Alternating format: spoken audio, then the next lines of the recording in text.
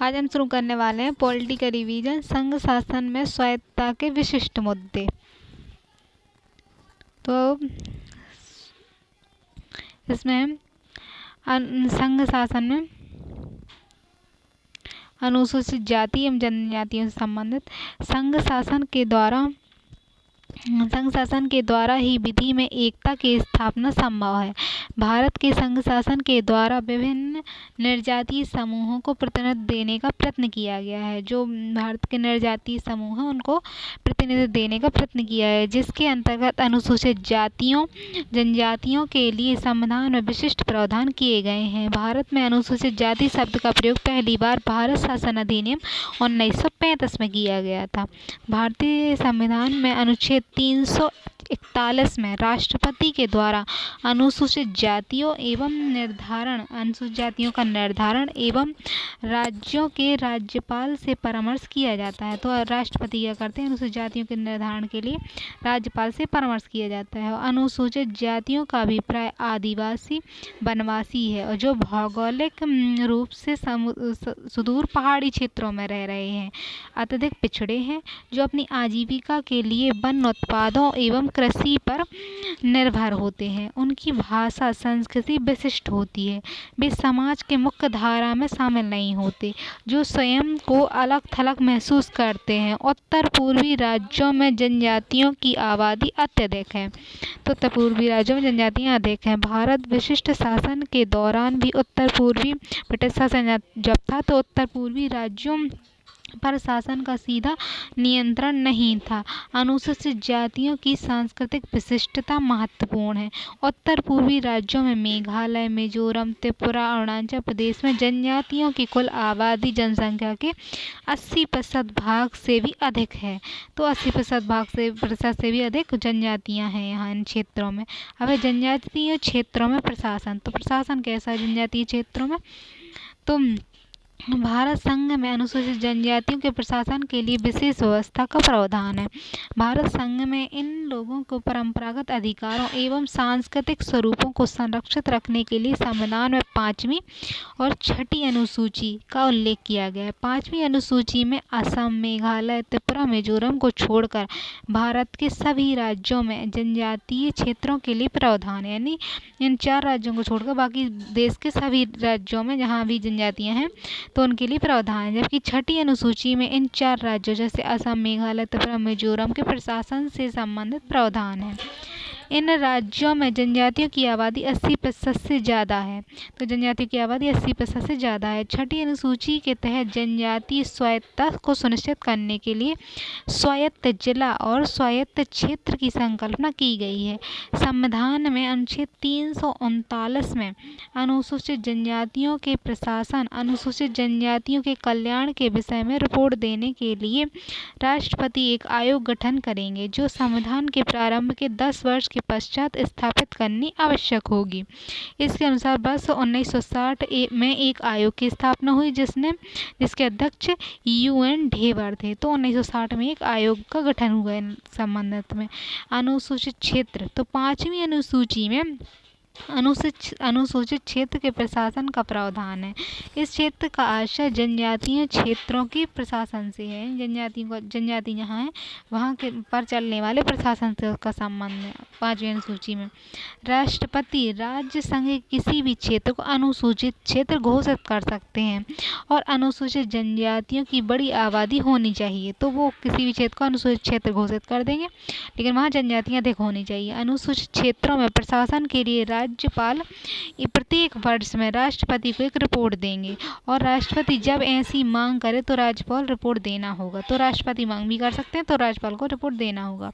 अब 5वीं अनुसूची एवं राज्यपाल, तो इस अनुसूची के तहत जनजातीय क्षेत्र के प्रशासन हेतु राज्यपाल को विशेष अधिकार दिया गया है, जिसमें राज्यपाल संसद द्वारा निर्मित किसी भी कानून को लागू होने से रोक सकता है या परिवर्तित कर सकता है। तो अनुसूचित क्षेत्र में कोई भी प्रावधान अगर संसद से आ रहा है तो राज्यपाल रोक देगा, लागू नहीं होगा वहाँ। जनजातीय सलाहकार परिषद।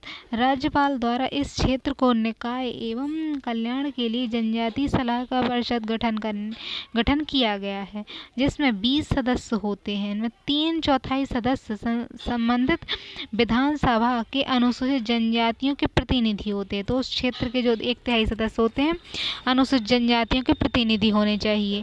ऐसे परिषद ऐसे राज्यों में गठित की जाती है जहाँ अनुसूचित जनजातियाँ तो हैं परंतु अनुसूचित क्षेत्र नहीं है। तो वहाँ जनजातियाँ हैं, अनुसूचित जनजातियाँ हैं, लेकिन परंतु अनुसूचित क्षेत्र गठित नहीं है। कार्य इसका क्या है? तो सरकारी परिषदों का कार्य राज्यपाल को ऐसे मामलों पर सलाह देना। तो राज्यपाल को जो सलाह देगा परिषद जो जनजातीय कल्याण और इसके उत्थान से संबंधित हो, जैसे जनजातियों की भूमि को अन्य समुदायों को हस्तांतरित ना किया जाए, यानी जनजातियों की जो भूमि है वो किसी और को ना दी जाए। फिर भूमि के आवंटन का विनियमन करना, इस क्षेत्र में साहूकारी व्यवस्था पर नियंत्रण करना। उपरोक्त विषयों में विधि निर्माण के लिए राज्यपाल परिषद से परामर्श लेगा। तो और सब विषयों पर भी राज्यपाल परामर्श लेगा। इसमें किसी भी प्रकार का परिवर्तन स्वीकार किया जाएगा जब राष्ट्रपति इसे स्वीकार कर लेंगे। तो राष्ट्रपति जब इसे स्वीकार कर लेंगे तो तभी उसमें परिवर्तन स्वीकार होगा। इसमें संशोधन क्या हुआ? तो इस भाग के संशोधन के लिए अनुच्छेद 368 के अंतर्गत विशेष बहुमत की आवश्यकता नहीं है और इसका संशोधन उसी प्रकार होता है जिस प्रकार सामान्य विधि का। तो 368 में विशेष बहुमत जो होती है उसकी आवश्यकता नहीं है, केवल सामान्य बहुमत ही आवश्यकता होती है। अब 6ठी अनुसूची। तो 6ठी अनुसूची में क्या है? पूर्वोत्तर राज्य यानी असम, मेघालय, त्रिपुरा, मिजोरम के अनुसूचित क्षेत्रों के लिए 6ठी अनुसूची में स्वायत्तता है का विशेष प्रावधान किया गया है। इसमें संविधान के अंदर संविधान कहा गया है, क्योंकि वर्ष 1952 में लागू किया गया। इसे 1952 में लागू किया गया। इसके अंतर्गत इन राज्यों को स्वायत्त जिला परिषद का निर्माण किया गया, यानी वो अपनी स्वतंत्रता से जिले का प्रशासन चलाएंगे। तो कहाँ? असम में है, मेघालय में, त्रिपुरा में है और मिजोरम में। तो असम में उत्तरी कछार पहाड़ी जनपद बनाया गया है और कार्बी आंग्ल जनपद बनाया गया है। फिर मेघालय में खासी पहाड़ी जनपद और जयंतिया पहाड़ी जनपद और गारो पहाड़ी जनपद बनाई गई हैं। फिर त्रिपुरा में त्रिपुरा पहाड़ी जनपद। मिजोरम में 3 बनाई गई हैं, चकमा स्वायत्त जिला परिषद, मारा स्वायत्त जिला परिषद और लाई स्वायत्त जिला परिषद। तो इस तरह के 4 जगह पर बनाए गए हैं। अब स्वायत्त जनपद परिषदों की प्रकृति कैसी है? तो जनपद परिषदों का गठन 30 सदस्यों मिलकर होता है। जो जनपद परिषद होती हैं उसमें 30 सदस्य होते हैं। केवल बोडो जनपद परिषद में 46 सदस्य हैं। तो बोडो जनपद में 46 सदस्य हैं तथा सदस्यों का निर्वाचन विभिन्न विधानसभा क्षेत्रों के वयस्क मतदान के आधार पर होता है, यानी सब लोग उसमें भाग लेते हैं। इसका कार्यकाल 5 वर्ष का होता है। जनपद परिषद के निर्वाचन के तरीके एक समान नहीं है। तो हर जगह पे उनके जो जनपद परिषद होती है वहाँ निर्वाचन अलग अलग होता है। उदाहरण के लिए मारा जनपद परिषद में 18 वर्ष के नागरिक सदस्यों का निर्वाचन करते हैं, जबकि कार्बी आंग्ल में वही सदस्य निर्वाचन कर सकते हैं जो उस क्षेत्र के परंपरागत निवासी हों तथा भूमि उस क्षेत्र में हो। तो उनकी भूमि उस क्षेत्र में हो, वहाँ के निवासी हो, तो वही वोट डाल सकते हैं 18 वर्ष के। तो अलग अलग टाइप का है। तो परिषद का एक सभापति जो स्पीकर की भांति कार्य करता है और दूसरा उपसभापति निर्वाचित होता है जो सदस्यों द्वारा निर्वाचित किया जाता है। अब परिषद के कार्य और प्रशासन। तो परिषद के क्या कार्य होते हैं और प्रशासन कैसा होता है? परिषद के प्रशासनिक कार्यों के अनुसार जनपद परिषद की एक कार्यकारी समिति होती है जिसका एक अध्यक्ष होता है एवं अन्य सदस्य होते हैं। तो एक अध्यक्ष होता है कार्यकारी समिति में और अन्य सदस्य होते हैं जो परिषद के सदस्यों द्वारा निर्वाचित, जो परिषद के और सदस्य होते हैं उनके द्वारा निर्वाचित होते हैं। इस कार्यकारी समिति की भूमिका संघ के शासन में मंत्रिमंडल की भांति होती है, जो जनपद परिषद के कार्यों की निगरानी और इसके बजट का निर्माण और नियुक्तियां भी करती है। तो ये कार्यकारी परिषद की जो समिति होती है तो वो कार्य अध्यक्ष का चयन करती हैं। इसमें अध्यक्ष का चयन हो जाता है, फिर सदस्य निर्वाचित होते हैं तो वो मंत्रिमंडल की भांति यहाँ कार्य करते हैं। जब बजट देखना, नियुक्ति करना उनके काम है। अब है विधायी कार्य। प्रशासन के कार्य ये हो गए। अब विधायी कार्य। विधि किस तरह से बनाते हैं? तो जनपद परिषद को भूमि, कृषि और प्राथमिक शिक्षा, स्वास्थ्य, ग्रामीण परिषद एवं जनजातीय परिषद के मुखियाओं की नियुक्ति, मतलब वहाँ के मुखिया कौन हो इसकी नियुक्ति करना। तो ये सब विधि बनाते हैं। इसमें विवाह, तलाक, साहूकारी और व्यापारिक गतिविधियों को नियंत्रित करने के लिए विधि निर्माण की क्षति होती है। तो राज्यपाल के द्वारा परिषद के द्वारा निर्णित विधि को परिवर्तित किया जाता है। तो राज्यपाल अगर इनके विधि के निर्माण में कोई त्रुटि हो जाती है, क्षति होती है, तो राज्यपाल क्या है द्वारा परिषद के द्वारा निर्मित विधि को परिवर्तित किया जा सकता है। राज्यपाल परिवर्तित कर सकता है। फिर न्यायिक कार्य होते हैं इनके।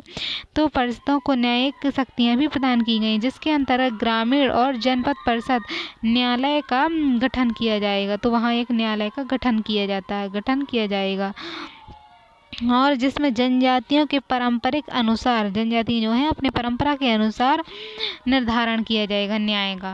और इसमें विवादों में दोनों पक्ष जनजाति समुदाय से ही संबंधित होने चाहिए। तो दोनों पक्ष जनजाति के हों। इन न्यायालयों के द्वारा ऐसे मामले की सुनवाई नहीं हो सकती जिनमें किसी व्यक्ति को 5 वर्ष या उससे अधिक की सजा प्राप्त हुई हो। तो इन न्यायालयों को केवल उच्च न्यायालय में यानी हाई कोर्ट में ही अपील संभव है। अब वित्त शक्तियाँ, तो वित्त के संबंध में ये क्या शक्तियाँ हैं? वित्तीय शक्तियाँ हैं। परिषदों को कर लगाने वसूलने की शक्ति भी प्रदान की गई है। तो जो परिषद होती हैं वो कर लगाने वसूलने की शक्ति है। इनमें भूमि, दुकानों और पथकर एवं प्रवेश कर लगाए जाते हैं। इसके अतिरिक्त वाहन, वस्तुओं, व्यापार पर भी कर लगाने की शक्तियाँ प्रदान की गई हैं। परिषद में प्राप्त होने वाली खानों से रॉयल्टी भी परिषदों को प्रदान की जाएगी। अब परिषदों की समस्याएं। तो परिषद में जनजातीय हितों के प्रतिनिधि के बजाय विशिष्ट लोगों का क्लब बन गया है। जनजाति के हित के लोग नहीं होते, विशिष्ट लोग का क्लब है, जिसकी व्यापक भ्रष्टाचार व्याप्त है और वित्त के लिए राज्य सरकार निर्भर होते हैं। राज्य सरकारों पर वो निर्भर होते हैं पैसे के लिए। और जनजातियों की परंपराओं में संहिताकरण की आवश्यकता है। जनजाति की जो परंपराएं हों वो लिखी हुई नहीं है, तो उनकी संहिताकरण की आवश्यकता है, जिससे इस क्षेत्र में प्रशासन में ज़्यादा पारदर्शिता का निर्माण हो सके और मनोनीत सदस्यों की नियुक्ति प्रशासनिक तकनीकी योग्यता के बजाय राजनीतिक आधारों पर। जो प्रशासन काम कर रहे हैं तो उनकी मनोनीत सदस्य हैं जो योग्यता के बजाय उनकी राजनीति के आधार पर उनको नियुक्त किया जा रहा है। अब नागालैंड के लिए स्वायत्तता। तो नागालैंड के लिए क्या स्वायत्तता दी गई है? तो असम, मेघालय, त्रिपुरा, मिजोरम के लिए स्वायत्त परिषद का प्रावधान संविधान की 6ठी अनुसूची में किया गया है। तो इनके लिए तो प्रावधान 6ठी अनुसूची में, लेकिन उसमें नागालैंड नहीं है। तो परंतु नागालैंड राज्य का निर्माण वर्ष 1963 में असम राज्य से निकाल कर किया गया। तो असम राज्य जो था उससे निकालकर नागालैंड का गठन 1963 में हुआ। और नागालैंड में स्वतंत्रता के बाद, तो नागालैंड में क्या है, स्वतंत्रता के बाद से ही उपद्रवी गतिविधियां बनी हुई हैं तथा नागालैंड की जनसंख्या में भी अनुसूचित जनजातियों की बड़ी संख्या है। इसलिए संविधान संशोधन द्वारा नागालैंड की स्वायत्तता के लिए अलग प्रावधान नागालैंड के प्रावधान किए गए हैं। अनुच्छेद 371 के द्वारा नागालैंड राज्य को विशेष स्वायत्तता प्रदान की गई है, जिसके अंदर का उल्लेख है कि संसद द्वारा निर्मित विधि नागालैंड में विभिन्न विषयों पर लागू तभी होगी जब वह राज्य विधानसभा द्वारा संबंध में प्रस्ताव पारित किए जाएगा। संसद कोई विधि बनाएगी तो नागालैंड में तभी पारित होगी जब वहाँ की विधानसभा से पारित करे। हम है नागाओं की धार्मिक या सामाजिक मान्यताएं। तो इस परिषद के संबंध में जो है, तो नागालैंड की धार्मिक और सामाजिक मान्यताओं के संबंध में नागाओं की पारंपरिक विधि एवं प्रक्रियाएं, भूमि के स्थानांतरण और संसाधनों पर नियंत्रण और नागा रीति रिवाजों के अनुसार सिविल एवं आपराधिक न्याय व्यवस्था का प्रशासन, ये सारी व्यवस्थाएं हैं। मार्च 2013 में नागालैंड की विधानसभा के द्वारा एक प्रस्ताव पारित करते हुए कहा गया कि नागालैंड को अनुच्छेद 371 के अंतर्गत विशेष स्वायत्तता प्राप्त है और नागालैंड के प्राकृतिक संसाधनों पर नागालैंड का ही अधिकार होगा, जबकि संघ सरकार जो है उसमें पेट्रोल गैस मंत्रालय के द्वारा नागालैंड नागालैंड विधानसभा के इस प्रस्ताव पर आपत्ति जताई गई, क्योंकि वो जो संसाधन है जमीन के अंदर वो राज्य की संघ सूची के विषय होते हैं। तो व्यक्त की गई आपत्ति व्यक्त की गई। तो नागालैंड सरकार ने यह निर्देश दिया कि नागालैंड की जमीन के अंदर प्राकृतिक संसाधन पर संघ सरकार का नियंत्रण है। उन्होंने बताया पेट्रोल एवं गैस मंत्रालय के संघ सरकार का नियंत्रण है। यह उल्लेखनीय है कि खान और प्राकृतिक गैस संघ सूची के विषय हैं, जबकि नागालैंड का आरोप है कि मंत्रालय नागालैंड के संवैधानिक अधिकारों पर अतिक्रमण कर रहा है। तो नागालैंड इस तरह का विवाद उत्पन्न हो रहा है इसमें नागालैंड के साथ। तो पूर्वोत्तर क्षेत्र के राज्यों की आर्थिक स्थिति अत्यधिक पिछड़ी हुई है, इसलिए संघ सरकार के द्वारा इन क्षेत्रों से प्राप्त रॉयल्टी के ज़्यादा से ज़्यादा भाग जनपद परिषदों को प्रदान किया जाता है, यानी वहाँ से ज़्यादा टैक्स वगैरह नहीं लेते, जनपद परिषद को ही दे दिया जाता है। असम के लिए ऐसा पहले ही है, तो असम में पहले से ही ऐसा है विद्यमान है, इसलिए संघ सरकार राज्यों की स्वायत्तता के बीच समन्वय स्थापित करने की आवश्यकता है और राज्यों की स्वायत्तता को पूर्ण करने के लिए हर संभव कदम उठाने चाहिए। तो राज्यों की स्वायत्तता बनाए रखने के लिए सरकार को हर संभव प्रयास करने चाहिए। अब स्थानीय स्तर पर शक्तियाँ और हस्तांतरण किस तरह से है, तो पंचायती राज जो आया, तो पंचायती राज्य की अवधारणा कहाँ से है, ग्रामीण पंचायतों का सपना गांधी जी के सर्वोदय के आदर्श व्यवहारिक रूप है। तो गांधी जी का सर्वोदय का जो आदर्श है उसका व्यवहारिक रूप है पंचायती राज, क्योंकि पंचायतों के अभाव में ना तो लोगों का विश्वास होता है, ना तो लोगों को विकास हो सकता है और ना ही ग्रामीण विकास संभव है।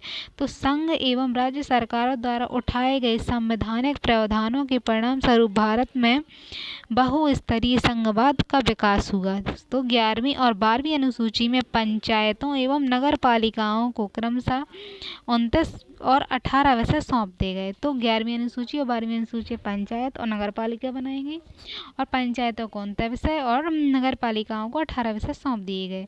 परिणाम स्वरूप भारतीय राजनीति में आधारभूत लोकतंत्र का विकास हुआ, इन जमीनी स्तर पर चुनाव हुए और लोकतंत्र विकास हुआ। वर्तमान समय में 5 साल बाद होने वाले चुनाव में लगभग 34 लाख स्थानीय प्रतिनिधियों का निर्वाचन होता है और 10 लाख महिलाएं, इसमें कहा है लगभग 10 लाख महिलाएं होती हैं। 34 लाख में से 10 लाख महिलाएं भी शामिल होती हैं स्थानीय स्तर पर।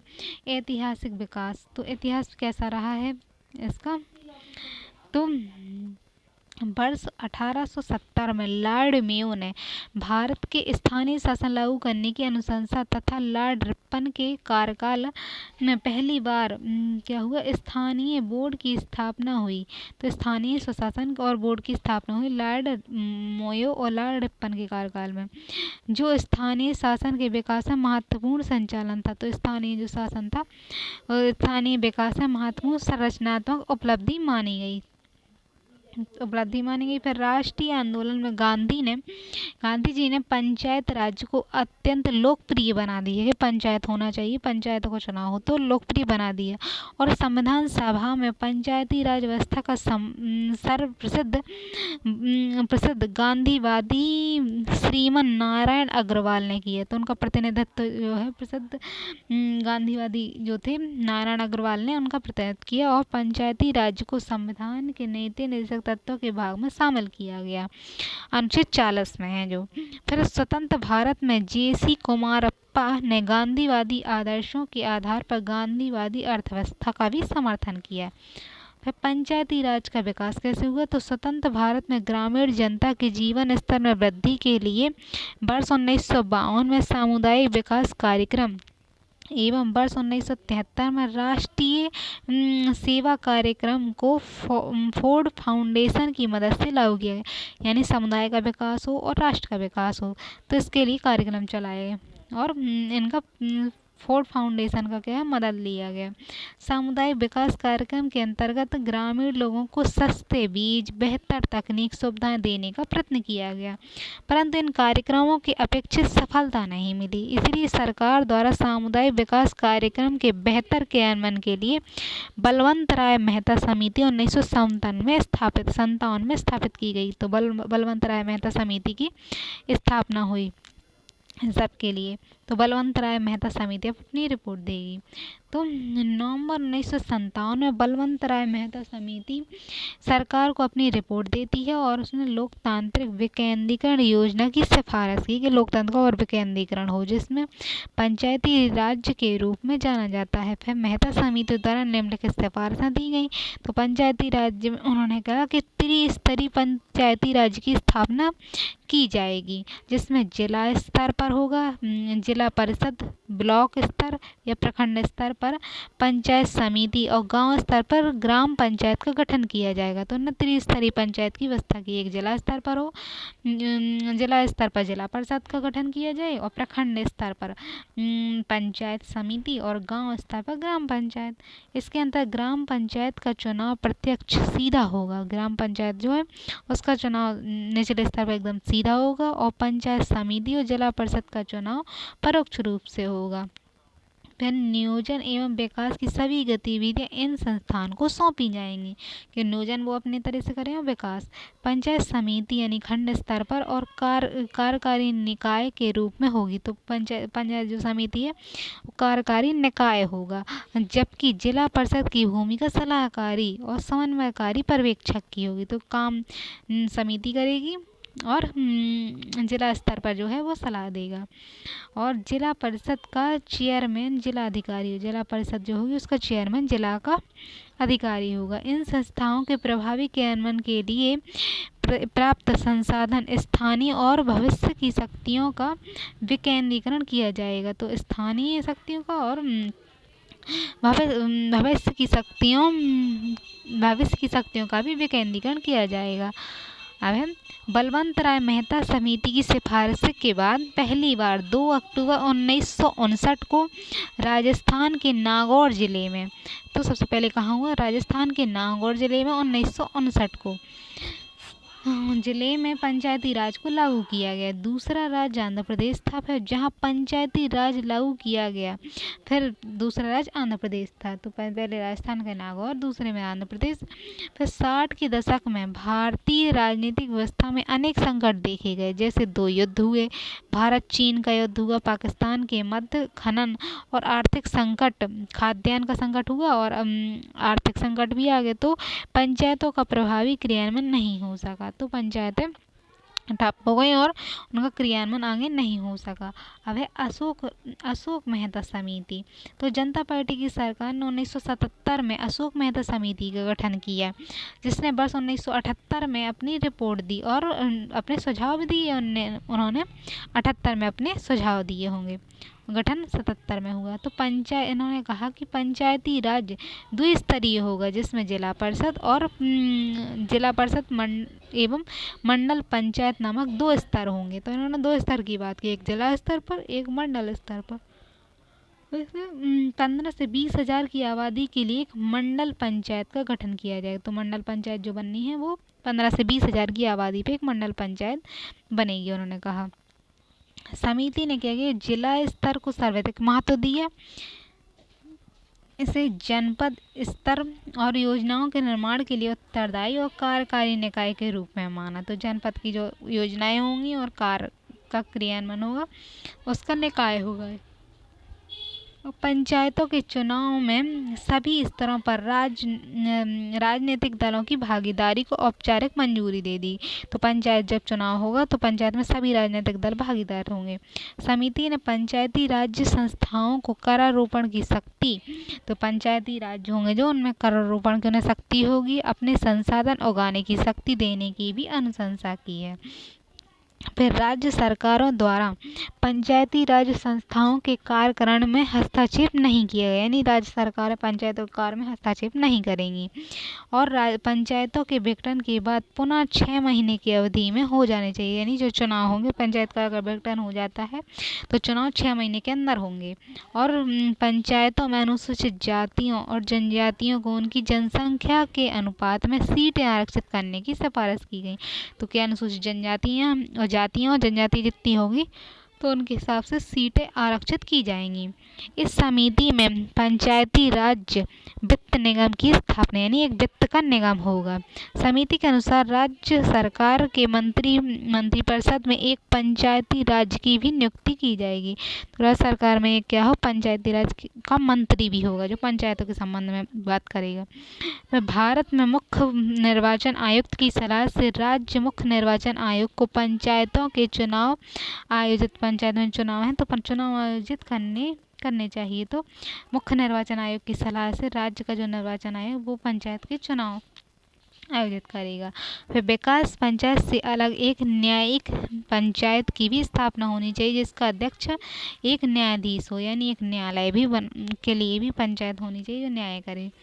फिर दंतेवाला समिति ने अपनी रिपोर्ट दी। तो इस समिति का द्वारा खंड स्तर पर नियोजन की अनुशंसा की गई जिसमें गांव, जनपद एवं राष्ट्रीय स्तर पर नियोजन की अंतर संबंधित करने पर बल दिया, यानी गांव को सीधे राष्ट्रीय स्तर पर नियोजित करने का बल दिया इसने।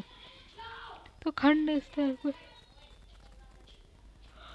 स्तर पर नियोजन की अनुशंसा की इसने दंतेवाला समिति। अब आई बी के राव समिति। तो योजना आयोग ने ग्रामीण विकास और गरीबी निवारण कार्यक्रम की समीक्षा के लिए 1985 में एक समिति की स्थापना की जिसकी अनुशंसाएं फिर की गई, जिसने अपनी अनुशंसन दी। तो 1950 में योजना आयोग के ने मतलब कहा तो जे.वी. के राव समिति का गठन हुआ। तो इसने पंचायतों को पुनर्जीवन की आवश्यकता है, बताया कि ग्रामीण विकास करना है तो पंचायतों को पुनर्जीवित करना होगा। इसके अनुसार जिला परिषद के सभी कार्यक्रमों के निर्धारण में केंद्रीय संस्था होनी चाहिए। तो जिला परिषद है तो जिला परिषद के सभी विकास कार्यक्रम के लिए, जिला के जो विकास हैं उसके कार्यक्रम के लिए केंद्रीय संस्था होनी चाहिए, इसने कहा। समिति ने क्या है, वित्त आयोग के गठन के लिए पंचायतों का कार्यकाल 5 वर्ष और त्रिस्तरीय पंचायत के गठन का सुझाव, नहीं त्रिस्तर का इसने सुझाव दिया कि 3 स्तर की पंचायत हो, एक वित्त आयोग हो और जिला परिषद के विकास कार्यक्रम के निर्धारण में केंद्रीय संस्था होनी चाहिए। फिर लक्ष्मीमल सिंघवी समिति। तो लक्ष्मीमल सिंघवी समिति आई, इसकी स्थापना वर्ष 1986 में। तो वर्ष 1986 में राजीव गांधी सरकार ने लोकतंत्र और विकास के लिए पंचायतों के पुनर्जीवन नामक समिति की स्थापना की, जिसके अध्यक्ष एल.एम. सिंघवी थे। तो एल.एम. सिंघवी थे, उन्होंने समिति दी, उन्होंने सुझाव दिए फिर अपने।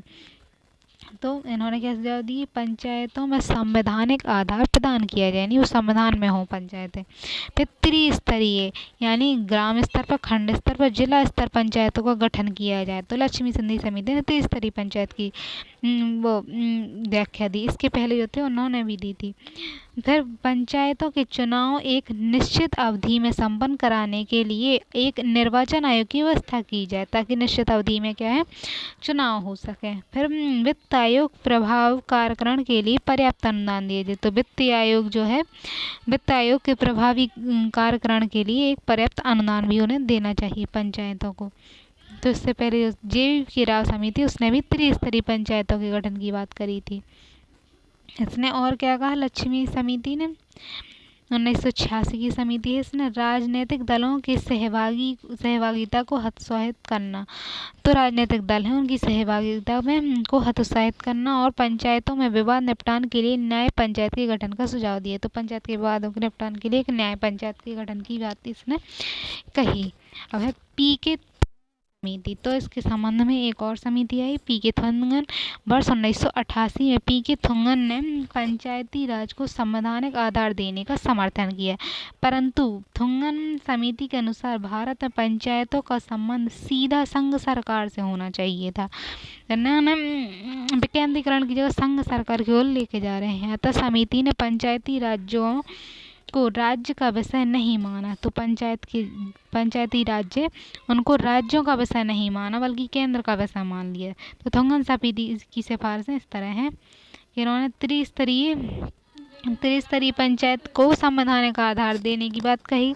इन्होंने महिलाओं को SC ST OBC को आरक्षण दिया।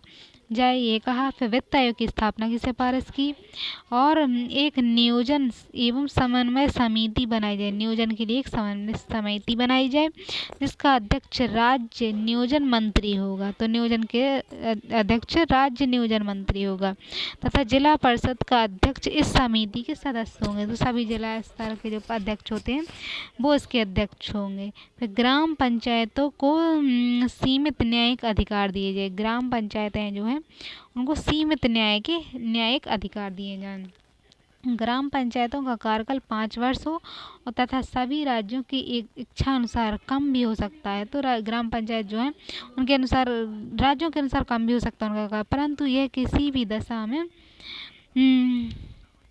इनका जो कार्यकाल है तो इनका कार्यकाल किसी भी दशा में 3 वर्ष से कम नहीं होना चाहिए। अब है लागू करने के लिए किए गए प्रयास। तो इन्हें लागू करने के लिए क्या प्रयास किए गए? लागू करवाने के लिए राजीव गांधी सरकार ने 1989 में लोकसभा में 64वां संविधान संशोधन विधेयक पारित किया जो भारी बहुमत से पारित हो गया, परंतु राज्यसभा में पारित नहीं हुआ क्योंकि बीपी सिंह सरकार ने पंचायती राज को शक्तिशाली बनाने के लिए तो राज्यसभा में इनका मतलब पारित नहीं हो पाया।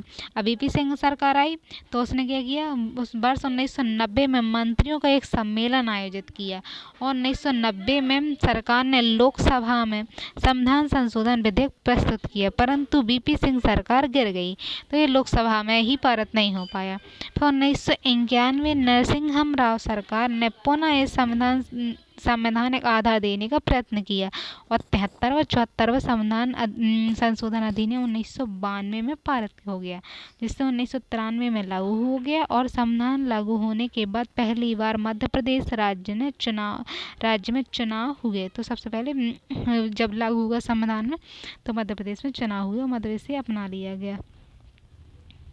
अब है पंचायती राज की विशेषताएं। तो पंचायत राज्यों की क्या विशेषताएं? तो देश में स्वस्थ लोकतांत्रिक परंपरा का विकास हो, ग्रामीण लोगों को नेतृत्व का विकास हो, लोगों द्वारा नियोजन और विकास के लिए योजनाओं को यथार्थ रूप प्रदान किया जाए। तो लोगों नियोजन में और विकास में शामिल हो, यानी फिर स्थानीय लोगों में उत्तरदायी नागरिकता की भावना का विकास एवं व्यक्तियों के विश्वास में वृद्धि हो। स्थानीय जनता को राजनीतिक, आर्थिक, मनोवैज्ञानिक रूप से राष्ट्र की मुख्य धारा में शामिल करना इसका उद्देश्य है। विकास कार्यक्रम एवं नियोजन को प्रभावी ढंग से लागू कराना, तो विकास को लागू कर अच्छे से होगा। फिर संघ एवं राज्यों को प्रशासनिक बोझ को कम करना, प्रशासन का जो संघ और राज्य का बोझ है उसको कम किया जाएगा। फिर प्रशासन व्यवस्था को अधिक वैधानिकता प्रदान करना, तो प्रशासन और बेहतर तरीके से चलेगा। अब 73वां संविधान संशोधन की विशेषताएं क्या है?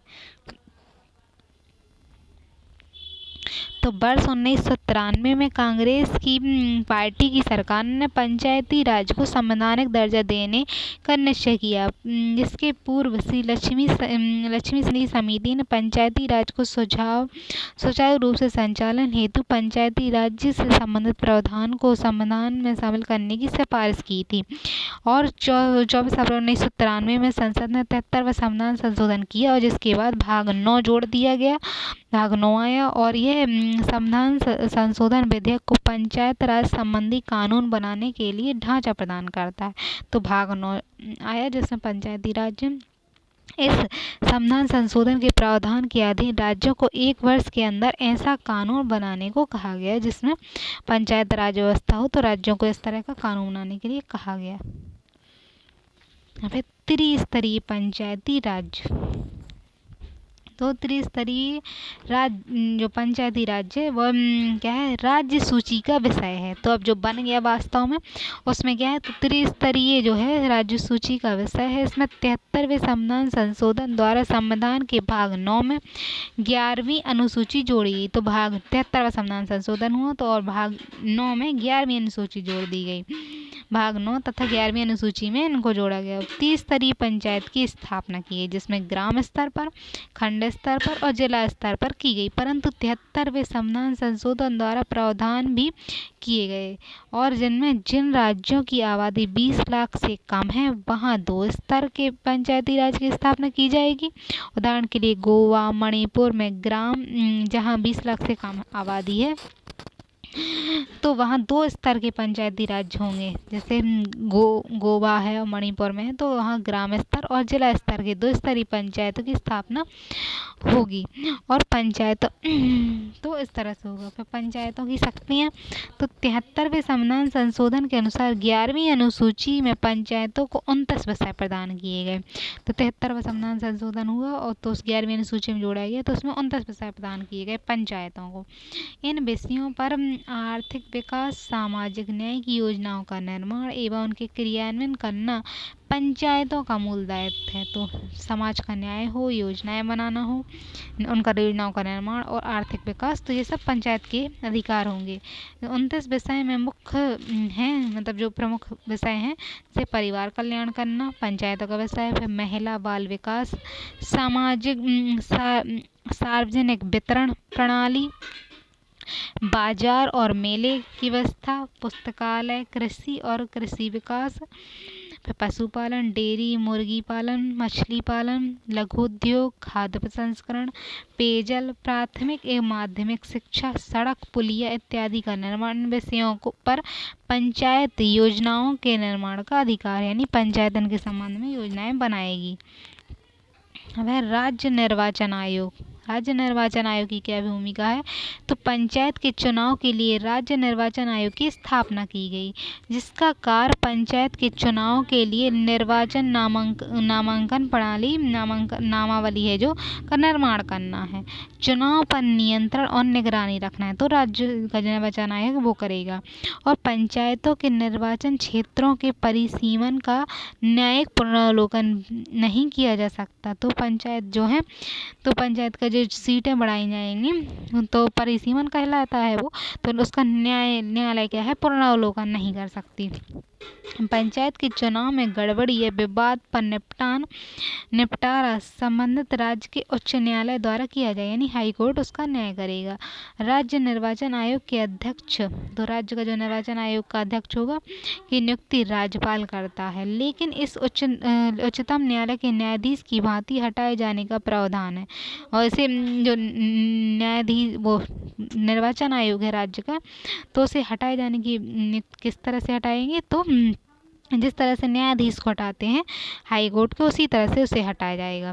फिर तीनों स्तरों पर सदस्यों का निर्वाचन प्रत्यक्ष रूप से होता है। तो इसमें जो पंचायती राज, इसमें तीनों स्तरों पर सदस्यों का निर्वाचन क्या है, प्रत्यक्ष रूप से होता है और सदस्यों के निर्वाचित होने की आयु 21 वर्ष निर्धारित हो गई है। खंड पंचायत जिला परिषद को अध्यक्ष परोक्ष रूप से जो और खंड स्तर पर जो होता है और जिला स्तर पर जो मतलब परिषद के जो अध्यक्ष होते हैं, तो अध्यक्षों का जो निर्वाचन होता है वो परोक्ष रूप से होता है, लेकिन जो और 3 स्तर के जो सदस्य होते हैं उन सब सदस्यों का सबका प्रत्यक्ष रूप से होता है। अब खंड पंचायत के सदस्य खंड परिषद के अध्यक्ष का निर्वाचन करते हैं और जिला परिषद के सदस्य अपने अध्यक्ष का निर्वाचन करते हैं। और ग्राम पंचायत का अध्यक्ष प्रत्यक्ष रूप से निर्वाचित होता है, तो ग्राम पंचायत का जो अध्यक्ष होगा वो प्रत्यक्ष रूप से निर्वाचित होगा। अब पंचायतों में आरक्षण, तो पंचायतों में आरक्षण किस तरह से दिया गया है किसी को, अनुच्छेद 243 डी के अनुसार, अनुच्छेद 243 है, तो अनुच्छेद 243 डी के अनुसार पंचायत के चुनाव में महिलाएं, अनुसूचित जाति व जनजातियों और अन्य पिछड़े वर्गों को आरक्षण प्रदान किया गया है। तो पंचायतों में क्या है, महिलाओं को, अनुसूचित जातियों को और जनजातियों और पिछड़ा वर्गों को क्या है, आरक्षण दिया गया है। यह बिंदु ध्यान देने योग्य है कि पिछड़े वर्ग को आरक्षण प्रदान करना राज्य विधानसभा की इच्छा पर निर्भर है कि राज्य पिछड़ा वर्ग को मतलब आरक्षण देना चाहता है या नहीं देना चाहे, वो राज्य की इच्छा पर है। इसमें क्या है, अध्यक्ष पद हेतु महिला, अनुसूचित जाति, जनजातियों को भी राज्य विधानसभा की इच्छा पर है। तो राज्य अध्यक्ष का जो पद है उसमें भी आरक्षण क्या है, राज्य के इच्छा पर निर्भर होगा कि अध्यक्ष कौन बनेगा, महिलाएं बनेंगी, अनुसूचित जाति जनजाति बनेंगी, किस तरह से होगा, तो वो राज्य बताएगा। 73वें संविधान संशोधन द्वारा महिलाओं को 1/3 आरक्षण प्रदान किया गया। हाल में कुछ राज्यों में महिलाओं को 50% तक आरक्षण प्रदान किया गया। जो पंचायत के जो चुनाव हो गए उसमें महिलाएं 1/3 आरक्षण हो गए, यानी कुछ राज्यों में तो 50% तक महिलाओं के लिए आरक्षित सीटें होंगी। इसमें मध्य प्रदेश है, महाराष्ट्र है, राजस्थान है, हिमाचल प्रदेश, बिहार इत्यादि राज्य हैं। तो ये 50% तक आरक्षण देते हैं महिलाओं को। फिर अनुसूचित जाति जनजातियों का आरक्षण एवं जनसंख्या के अनुपात में प्रदान किया गया। कितनी जनसंख्या है तो उस जनसंख्या के अनुपात में अनुसूचित जाति जनजातियों के लिए आरक्षण होगा। पंचायतों में आरक्षण अध्यक्ष पद एवं सदस्य दोनों के लिए आरक्षण पंचायतों के तीनों स्तरों पर दिया जाएगा। यानी पंचायत के 3 स्तर हैं तो उन्हीं तीनों स्तरों पर आरक्षण की व्यवस्था होगी अध्यक्ष पद के लिए।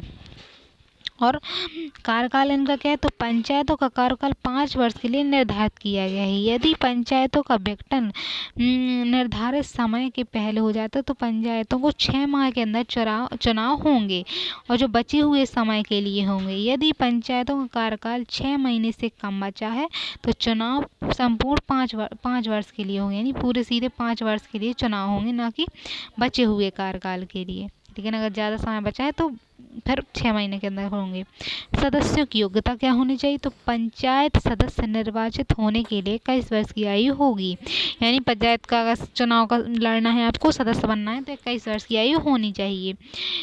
व्यक्ति राज्य विधान मंडल के निर्वाचन के लिए योग्य होना चाहिए, यानी राज्य का जो विधान मंडल है उसके निर्वाचन के लिए योग्य होना चाहिए।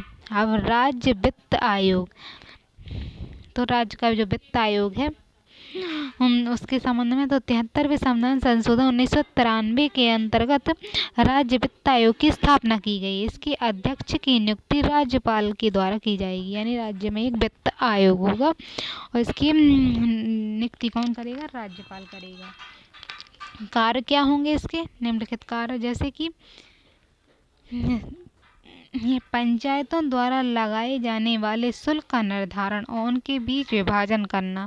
तो पंचायतें जो है किस पर कितना टैक्स लगाएंगी इसका निर्धारण करेगा और फिर उसका विभाजन भी करना। शुल्क और पथकर फीस का बंटवारा और पंचायतों को विभिन्न स्तरों पर उनका आवंटन करना। तो राज्यों के बीच पंचायतों के बीच इसका बंटवारा करेगा राज्य वित्त आयोग और के बताएगा कि किस तरह से टैक्स लगाना है। फिर कौन से कर, शुल्क, पथकर, फीस पंचायतों को दिए जा सकते हैं इनका निर्धारण करेगा। ये कौन पंचायतों को ही दिए जाएंगे। पंचायतों को सहायता एवं अनुदान देना, पंचायतों को वित्तीय स्थिति में सुधार के लिए आवश्यक उपाय करना। तो पंचायत की वित्तीय स्थिति सुधरे इसके लिए उपाय करेगा। फिर करारोपण की शक्ति, यानी करारोपण की क्या शक्तियाँ हैं उसके पास, तो इसमें है राज्य विधानसभा द्वारा पंचायतों को कर, शुल्क, पथकर, फीस लगाने वसूलने का अधिकार दिया गया है। यानी पंचायत अपनी इच्छा से कर लगाएंगी और पथकर लगाएंगी और उनकी फीस जो भी काम करती हैं तो फीस लगाने वसूलने का अधिकार उन्हें दिया गया है। विधानसभा द्वारा पंचायतों को विभिन्न प्रकार के कर, पथकर, शुल्क प्रदान किए जा सकते हैं। राज्यों के द्वारा संचित निधि से पंचायतों को सहायता प्रदान की जाएगी। तो राज्य की जो संचित निधि है उससे पंचायतों को क्या है सहायता मिलेगी और ऐसे कोष का निर्माण किया जा सकता है जिसमें पंचायतों के वित्त को संचित किया जा सके। यानी पंचायत का जो वित्त है वो अपना इकट्ठा करना चाहती है तो एक ऐसा वित्त कोष बनेगा। पे ऐच्छिक एवं अनिवार्य प्रावधान, अनिवार्य क्या प्रावधान होंगे इनके संबंध में तो है पंचायत राज्य सूची का विषय है। अतः 93वें संविधान संशोधन द्वारा पंचायती राज्य केवल अनिवार्य प्रावधान उल्लेखित किए गए हैं। तो 73वें संविधान संशोधन में क्या है केवल अनिवार्य प्रावधान है उनका उल्लेख किया गया है जिसमें सभी राज्य स्वीकार करेंगे। उदाहरण के लिए है 73वें संविधान संशोधन में राज्य निर्वाचन आयोग, राज्य वित्त आयोग का प्रावधान है। एक निर्वाचन आयोग होगा राज्य का, एक राज्य वित्त आयोग होगा। निर्वाचित होने की उम्र 21 वर्ष तथा अनुसूचित जाति जनजातियों के लिए आरक्षण आरक्षण का प्रावधान, महिलाओं के लिए आरक्षण भी अनिवार्य प्रावधान शामिल होंगे। तो ये बताया गया सीधे। इन विषयों के संबंध में व्यापक विधि निर्माण का अधिकार राज्य विधानसभाओं को सौंपा गया है। यानी पूरी विधि किस तरह से बनेगी वो राज्य का निर्भर होगा। इसके अनुसार प्रत्येक राज्य अपने राज्य निर्वाचन आयोग के अध्यक्ष एवं सदस्यों की नियुक्ति करेगा। तो राज्य अपना निर्वाचन आयोग बनाएगा और वित्त आयोग की संरचना के निर्धारण का अधिकार भी राज्य विधानसभाओं को सौंप दिया गया कि वित्त आयोग भी वही बनाएगा। तो पंचायतों के अंदर पंचायतों को 29 विषय सौंपे गए हैं। तो पंचायतों के पास 29 विषय हैं, परंतु इन विषयों को पंचायतों के हस्तांतरण का अधिकार राज्य को दे दिया गया कि राज्य उन्हें देंगे पंचायतों को। इन्हें ऐच्छिक प्रावधानों के रूप में जाना जाता है। इसी कारण पंचायतें अभी भी शक्तिशाली नहीं हैं, क्योंकि ज़्यादातर राज्य सरकारें इन्हें शक्तियाँ देने के लिए तैयार नहीं हैं। तो राज्यों के अधीन है कि वो राज्य सरकारें कब शक्तियाँ देंगी, तो राज्य ज़्यादा शक्तियाँ पंचायतों को नहीं देना चाहती हैं। अब अनुसूचित क्षेत्रों में पंचायती राज का विस्तार। जो अनुसूचित क्षेत्र हैं, अनुसूचित जनजाति क्षेत्र, उनमें पंचायती राज का विस्तार किस तरह है, तो विस्तार 1996 तो पेश एक्ट आया है इसमें। ये कानून उन स्थानों पर के लिए निर्मित किया गया है जब पंचायती राज अधिनियम 1993 नहीं लागू होता। तो अनुसूचित क्षेत्र जो है, तो जहाँ पंचायत के लिए पंचायती राज लागू नहीं होता, जो आरक्षित क्षेत्र होते हैं ना अनुसूचित क्षेत्र, तो वहाँ लागू नहीं होता। यह कानून 1994 में निर्मित हुआ, वर्ष 1996 में लागू हुआ और 5वीं अनुसूची वाले क्षेत्रों के लिए है। तो 5वीं अनुसूची यानी देश के सभी क्षेत्र जहाँ अनुसूचित जनजातियाँ हैं तो वहाँ के लिए प्रावधान है अनुसूचित क्षेत्रों में। अनुसूचित क्षेत्र जनजाति प्रधान क्षेत्र होते हैं। तो इन अनुसूचित क्षेत्रों में सामान्यतः पंचायती राज्य कानून लागू नहीं होता था। तो पहले पंचायती राज्य कानून यहाँ लागू नहीं होते थे और भिन्न आधार था, जैसे कि जनजातीय जीवन पद्धति संस्कृति को ध्यान में रखकर जनजातियों के लिए इस कानून में विशेष व्यवस्था की गई थी, जनजाति के हिसाब से हो। तो इस कानून के अंतर्गत ग्रामों को प्रधानता दी गई थी, ग्राम पंचायतें हैं जो, तो ग्रामों को प्रधानता दी गई थी। ग्राम सभा को कई महत्वपूर्ण क्षेत्रों के निर्णय करने की भी शक्ति दी गई थी। अतः इस विशेष तौर पर कहा गया है कि जनजातीय परंपराओं, उनकी संस्कृति, सामुदायिक संसाधनों, विवादों के निपटान के परंपरागत तरीके के संरक्षण की जिम्मेदारी ग्राम सभा को प्रदान कर दी गई। यानी जनजातीय क्षेत्र जो है 5वीं अनुसूची के, तो वहाँ जनजातियाँ ही अपना काम करेंगी, तो वहाँ ग्राम सभा होगी जो उसको अधिकार दिए गए हैं सारे। इस कानून के तहत ग्राम सभा सामाजिक आर्थिक विकास की योजनाओं और कार्यक्रमों को अंतिम सहमति देती है। तो ग्राम सभा जब सहमति देती है तब काम होता है। यानी गरीबी उन्मूलन और अन्य कार्यक्रम के संबंध में लाभान्वितों का चयन भी ग्राम सभा ही करती है। इस कानून की निम्नलिखित विशेषताएं हैं। तो अनुसूचित क्षेत्रों के लिए जो पंचायती राज का विस्तार जो पेश एक्ट 1996 है, तो वो विशेष रूप से ग्राम पंचायत अनुसूचित क्षेत्रों में काम करेंगी। इसकी विशेषताएं क्या हैं, तो ये इसकी विशेषता है कि ये अधिनियम भारत के 9 राज्यों में लागू होगा। इस क्षेत्र में ग्राम सभा को कम से कम आधी सीटें जनजातियों के लिए आरक्षित होंगी। तो ये 9 राज्यों में लागू होगा जहाँ जनजातियाँ हैं, और ग्राम सभा जो है, ग्राम सभा में कम से कम आधी सीटें जनजातियों के लिए आरक्षित होंगी, जनजातियाँ हैं उस पर काम करेंगी। फिर स्थानीय संस्थानों के अध्यक्ष पद जनजातीय लोगों के लिए आरक्षित किया गया है। तो स्थानीय जो है, स्थानीय संस्थाओं के अध्यक्ष का पद स्थानीय लोग हैं, अध्यक्ष होगा वो जनजातियों का होगा। यानी भूमि अधिग्रहण व खनन के लिए सरकार द्वारा ग्राम सभा पंचायतों के विचार विमर्श किया गया। तो ग्राम सभा में पंचायतों पर विचार विमर्श करेंगे। फिर खनिज के उत्पादन के लिए लाइसेंस देने से पहले उनकी अनुशंसा ली जाएगी। यही खनन करना है खनिज का, तो लाइसेंस देने के पहले ग्राम पंचायतें हैं जो वहाँ की अनुसूचित क्षेत्रों की, तो वहाँ उनसे लाइसेंस की अनुशंसा करनी होगी, वो दे रही हैं कि नहीं दे रही हैं। फिर है ग्राम पंचायतों को ऋण व्यवस्था को नियंत्रित करने की शक्ति होगी। ग्राम संस्थाएं जो वो ऋण व्यवस्था को नियंत्रित करेंगी। फिर ग्रामीण बाजारों का विनियमन, भूमि की बिक्री को रोकने के संदर्भ में इन संस्थाओं को विशेष अधिकार दिए गए। भूमि की बिक्री रोक सकती हैं, बाजार का विनियमन कैसे करना है इसके अधिकार है। इस कानून में महिलाओं के आरक्षण की व्यवस्था की, यानी महिलाएं भी इसमें भाग लेंगी। अब इसकी कमियां हैं, तो इसकी क्या कमियां हैं, मतलब ये कानून है जो, तो इसमें कमियां हैं कुछ। इस अधिनियम की महत्वपूर्ण कमी यह है कि यह कानून जिन क्षेत्रों में लागू है वहां पर जनजातियों से संबंधित अन्य कानून भी लागू होंगे। तो यहाँ कानून जिन क्षेत्रों में लागू है वहाँ जनजातियों के संबंध में अन्य कानून भी लागू हैं, परंतु दोनों के संतुलन का अभाव है, तो संतुलन नहीं हो पाता। इस कानून में ग्राम सभा व ग्राम पंचायतों को अधिकतर राज्यों में पर्याप्त संसाधन उपलब्ध नहीं कराए गए हैं। तो ग्राम सभा है, ग्राम पंचायत है, तो उन्हें पर्याप्त संसाधन नहीं है।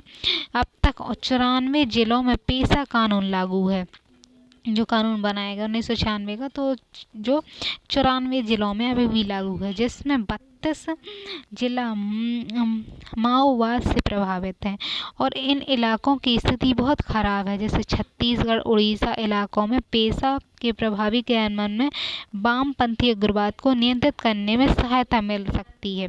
तो इसके पेशा कानून से क्या है, तो वामपंथी उग्रवादियों को नियंत्रित करने में सहायता मिलती है, क्योंकि इसके इलाकों में मुख्य समस्याएं निम्नलिखित है कि क्या समस्या है, तो जनजातियों की भूमि छिन जाना समस्या है, फिर आजीविका को खतरा है वहाँ के लोगों की, तो ये समस्या है, फिर सामूहिक पहचान के लिए खतरा है, और सांस्कृतिक प्रतीक है जो उनकी क्षति पहुंचाया जा रहा है, तो ये संबंध में खतरे हैं। तो पेशा अधिनियम 94 जिलों में अभी लागू है। अब पंचायतों के विभिन्न स्तरों पर कार्य, तो जो पंचायत हैं तो उनकी अलग अलग स्तर पर क्या क्या कार्य हैं। तो इनमें ग्राम सभा के कार्य क्या हैं, तो वार्षिक लेखा वितरण है और लेखा परीक्षण की जांच करना। ग्राम सभा का कार्य कि वर्ष में जो भी लेखा होता है तो लेखा विवरण होता है, तो लेखा विवरण की जांच करना, नए कर लगाने और वर्तमान करों में वृद्धि के प्रस्ताव पर विचार करना। तो ग्राम सभाओं के कार्य हैं कि वो नए कर लगाने के लिए विचार करेंगी। फिर योजनाओं और लाभार्थियों स्थलों का चयन करना कि किनको लाभ मिल रहा है किनको नहीं, उनका चयन करेंगे। फिर सामुदायिक कल्याण के कार्यक्रमों के लिए स्वैच्छिक और श्रमिक वस्तुओं के रूप में अंशदान देना। फिर विकास योजनाओं के क्रियान्वयन में सहायता प्रदान करना, विकास योजनाएं उनका क्रियान्वयन हो में सहायता देना। फिर गांव में वयस्क शिक्षक और परिवार कल्याण कार्यक्रमों का संचालन करना, तो शिक्षा का परिवार कल्याण कार्यक्रमों का संचालन करना। फिर विगत वर्षों में लेखा परीक्षण की जांच करना, पंचायतों की वर्तमान योजनाओं तथा समस्त प्रकार के क्रियाकलाप की समीक्षा करना।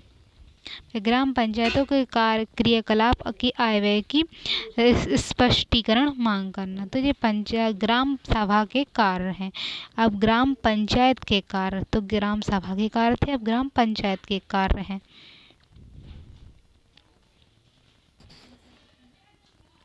ग्राम पंचायतों के कार्य, तो ग्राम पंचायतों कार्यों को दो भागों में विभाजित किया गया है, एक अनिवार्य कार्य और दूसरे ऐच्छिक कार्य, जो अपनी इच्छा के अनुसार करती हैं ग्राम पंचायतें।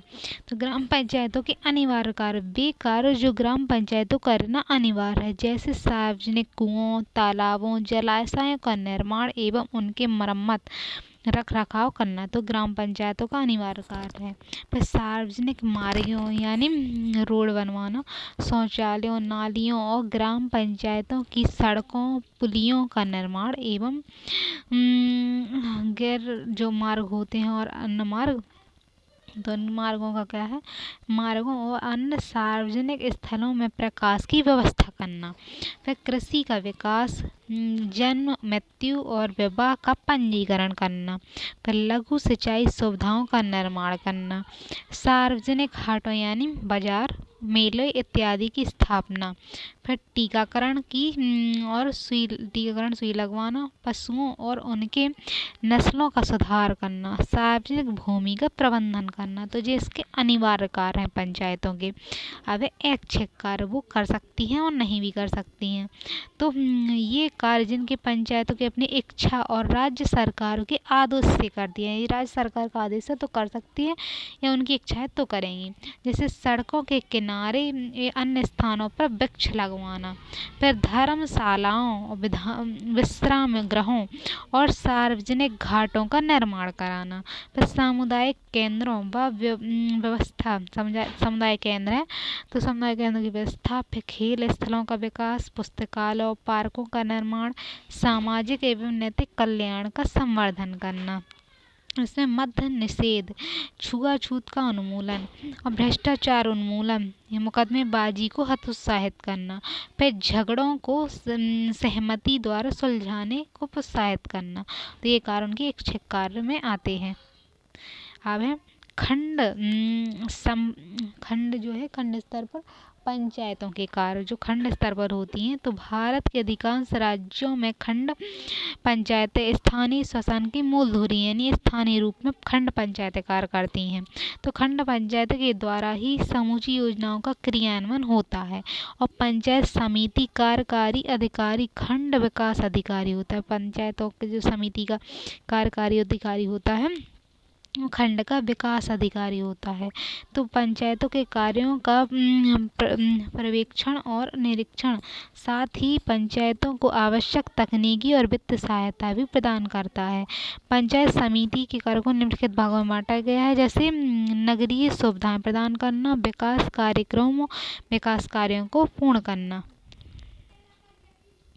तो है नगरीय सुविधाएं प्रदान करना। नगरीय सुविधाओं के अंतर्गत क्षेत्रों की सड़कों का निर्माण एवं रखरखाव, तो सड़कों का निर्माण करना, उनका रखरखाव करना। फिर पेयजल की व्यवस्था, नालियों का निर्माण, प्राथमिक केंद्रों में स्वास्थ्य केंद्र, प्राथमिक स्वास्थ्य केंद्रों उनका और पुस्तकालयों की स्थापना, प्राथमिक एवं बुनियादी पाठशालाओं की व्यवस्था करना। तो ये खंड स्तर के कार्य होते हैं।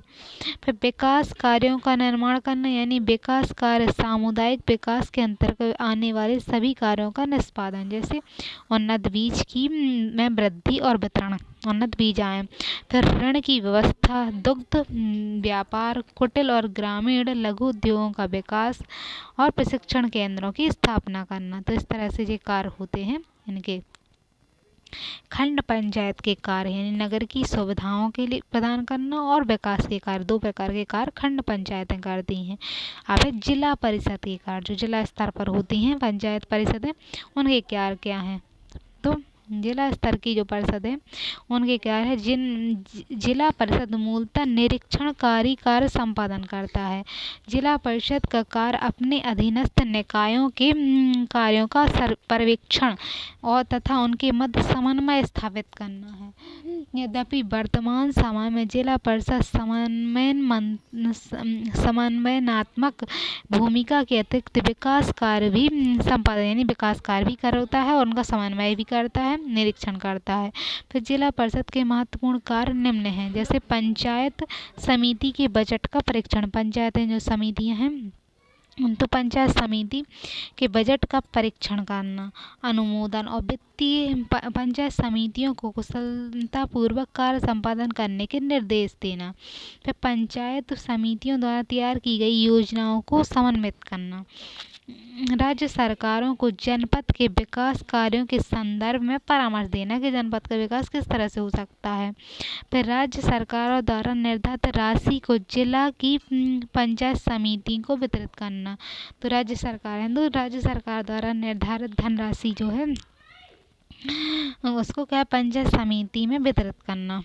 फिर जिला अधिकारी और मंडल आयुक्त है जो मंडल आयुक्त को जिले की पंचायतों और पंचायत समिति द्वारा की गई अनियमितताओं के संबंध में सूचना देना।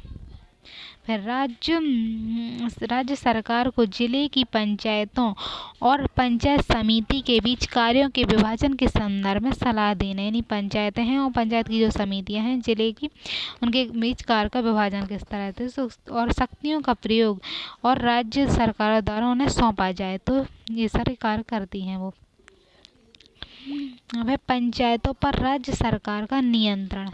तो पंचायतों पर राज्य का नियंत्रण किस तरह से, 73वें संविधान संशोधन के बाद पंचायतें अपने अधिकार के लिए राज्यों पर निर्भर हैं, क्योंकि अनुच्छेद 243G में उल्लेख है कि पंचायतों को प्रदान किए गए 29 विषय राज्य सरकारों द्वारा हस्तांतरित किए जाएंगे। तो पंचायतें राज्य पर निर्भर हैं क्योंकि 29 विषय जो प्रदान किए गए वो राज्य को दिए गए हैं, फिर राज्य पंचायतों को दी जाएंगी। फिर 73वें संविधान संशोधन में 22वें वर्ष भी 73वां संविधान संशोधन हुआ जब, तो उसके 22 वर्ष के बाद भी सभी राज्यों ने पंचायतों में 29 विषय प्रदान नहीं किए हैं। तो 29 विषय जो राज्यों को पंचायतों को देने थे वो अभी तक नहीं दिए हैं। पंचायतों में कार्य करने वाले प्रशासनिक अधिकारी पर भी राज्य सरकार का नियंत्रण और पंचायतों को राज्य सरकार के द्वारा अनुदान प्रदान किया जाता है। तो प्रशासन पर भी राज्य का नियंत्रण है पंचायतों के, और वहाँ के अनुदान के लिए भी वो राज्य पर निर्भर है। इसलिए वित्तीय रूप से पंचायतें राज्य सरकार पर निर्भर होती हैं। पंचायतों के द्वारा संचालन विभिन्न योजनाओं कार्यक्रमों को क्रियान्वयन करने के लिए राज्य के द्वारा पंचायत के पदाधिकारियों को प्रशिक्षण दिया जाता है, ताकि तकनीकी सहायता भी उपलब्ध कराई जाती है। ये सारे राज्य पर निर्भर हैं इन सब कामों के लिए वो। अब है पंचायती राज्य का प्रभाव। तो वित्तीय विकेंद्रीकरण, पंचायती राज्य जो है उसका प्रभाव क्या हुआ, तो वित्त विकेंद्रीकरण हुआ, यानी 73वें संविधान संशोधन 1993 द्वारा राज्य विधानसभाओं को यह शक्ति दी गई कि वे पंचायतों को कर लगाने, उन्हें वसूलने का अधिकार प्रदान करें, जिसमें पंचायतों के द्वारा अपने संसाधनों का स्वतः निर्माण किया जाएगा। तो पंचायतें हैं तो अपने संसाधनों का स्वतः निर्माण करेंगी, स्वयं कर लगाएंगी। इसके अतिरिक्त पंचायतों के लिए राज्य सरकारों को वित्तीय सहायता प्राप्त होगी और पंचायत के राज्य से भी वित्त की सहायता प्रदान करी जाएगी। फिर राज्य वित्त आयोग के द्वारा राज्य सरकार एवं पंचायतों के बीच करों का विभाजन, राज्य का जो वित्त आयोग है वो करों का विभाजन करेगा राज्य और पंचायत के बीच। पंचायतों को वित्त प्रदान प्राप्त होता है। इसके अतिरिक्त केंद्र सरकार द्वारा प्रायोजित योजनाओं में भी पंचायतों को आर्थिक सहायता प्राप्त होती है। तो राज्य जब केंद्र सरकार की कोई योजना आती है तो वो क्या करती है कि पंचायतों को उसमें आर्थिक सहायता देती है, और केंद्र द्वारा प्रायोजित योजनाओं में राज्य जो है उनको भी अपना हिस्सा देना होता है। इसके बावजूद पंचायती राज्य की वित्तीय स्थिति अभी भी बेहतर नहीं है, मतलब उन्हें इतना पैसा मिल रहा है राज्य से, केंद्र से भी, और खुद से भी उन्हें टैक्स लगाने का अधिकार है, फिर भी उनकी स्थिति सही नहीं है, क्योंकि राज्यों के द्वारा की गई आर्थिक सहायता अपर्याप्त होती है और विलम्बकारी और अनुत्पादक होती है। राज्य सरकारों के द्वारा पंचायतों को व्यापक कर और मनोरंजन कर जैसे व्यापार कर होता है, तो व्यवसाय कर और मनोरंजन कर जैसे उत्पाद कर नहीं प्रदान किए जाते, और पंचायतों द्वारा स्थानीय करारोपण की पहल नहीं की जा रही है। पंचायतें स्थानीय स्तर पर खुद कर नहीं लगा रही हैं, क्योंकि आम ग्रामीण लोगों में असंतुष्ट होने का भय है, तो इसलिए उनकी स्थिति और थोड़ी खराब सी है। अब है 14वें वित्त आयोग में पंचायतों की स्थिति किस तरह से थी। तो 14वें वित्त आयोग की बात है पढ़ ले रहे, वैसे 16वां वित्त आयोग आ गया है अब। तो 14वें वित्त आयोग में केंद्रीय करों में राज्यों की हिस्सेदारी 42% करने की सिफारिश की है, जबकि 13वें वित्त आयोग ने 72% निर्धारित किया था। और आयोग का सुझाव है कि क्षेत्रीय निकायों में राज्यों को 2011 की जनसंख्या के आधार पर 90% भारिता और क्षेत्रफल का 10% भारिता के आधार पर अनुदान का वितरण किया जाए, और अनुदान 2 भागों में विभाजित किया जाएगा, जिसमें पहला का है ग्राम पंचायतों का अनुदान, दूसरा गठित नगर पालिकाओं को अनुदान। तो 2 प्रकार के अनुदान दिए जाएंगे, ग्राम पंचायतों को अनुदान दिया जाएगा और न्यायपालिका को अनुदान दिया जाएगा। तो ये 14वें वित्त आयोग में इस तरह से 13वें वित्त आयोग था। तो 14वें वित्त आयोग ने क्या किया, तो ग्राम पंचायत और नगर पालिकाओं को दिए जाने वाले अनुदान को 2 भागों में विभाजित किया। पहला मूल अनुदान, दूसरा कार्य निष्पादन अनुदान। इसमें ग्राम पंचायतों को दिए जाने वाले अनुदान का 90% मूल अनुदान के रूप में होगा और 10% कार्य निष्पादन के आधार पर अनुदान दिया जाएगा। नगर पालिकाओं को संबंधित मूल अनुदान निष्पादन अनुदान में बटकर 80% और 20% के रूप में होगा। तो नगर पालिकाओं को 80 और 20 के अनुदान में दिया जाएगा और ग्राम पंचायतों को 90 और 10 के अनुदान में। 2015 में 20 तक की कार्य अवधि के लिए क्या है, 2,87,000 करोड़ रुपए के अनुदान की सिफारिश की गई थी। इस तरह से 2 लाख करोड़ रुपए तक के अनुदान इस तरह से उन्हें सिफारिशें की। तो उस समय का डेटा है, इतना महत्व का नहीं है। फिर ग्रामीण विकास, तो ग्रामीण का विकास किस तरह से, पंचायती राज द्वारा ग्राम पंचायतों को 29 विषय प्रदान किए गए हैं। तो ग्राम पंचायतों के कार्य को प्रभावी बनाने के लिए समितियों का निर्माण किया गया है और ग्राम पंचायत को 29 विषय दिए गए हैं। 29 विषय को कार्य करने के लिए क्या है, समितियां बनाई गई हैं। तो है पहली विकास समिति, इसका मूल कार्य कृषि का विकास, ग्रामीण उद्योगों का विकास, ग्रामीण विकास योजनाओं का निर्माण करना है। तो विकास समिति कार्य करेगी। शिक्षा समिति बनाई, तो ग्राम पंचायतों के शैक्षिक कार्यों का प्रबंधन करती है। 73वें संविधान संशोधन 1993 के बाद प्राथमिक शिक्षा, माध्यमिक विद्यालयों और ग्राम पंचायतों का निर्माण नियंत्रण स्थापित कर दिया गया है कि प्राथमिक और माध्यमिक स्तर पर ग्राम पंचायतें देखेंगी, जिसके द्वारा ग्राम पंचायतें प्राथमिक शिक्षा में भोजन प्रबंधन से लेकर छात्रवृत्ति के आवंटन और विद्यालय के कार्यों की निगरानी करती हैं। तो पंचायतें देखेंगी, उनकी शिक्षा समिति देखेगी उनके शिक्षा की व्यवस्था को।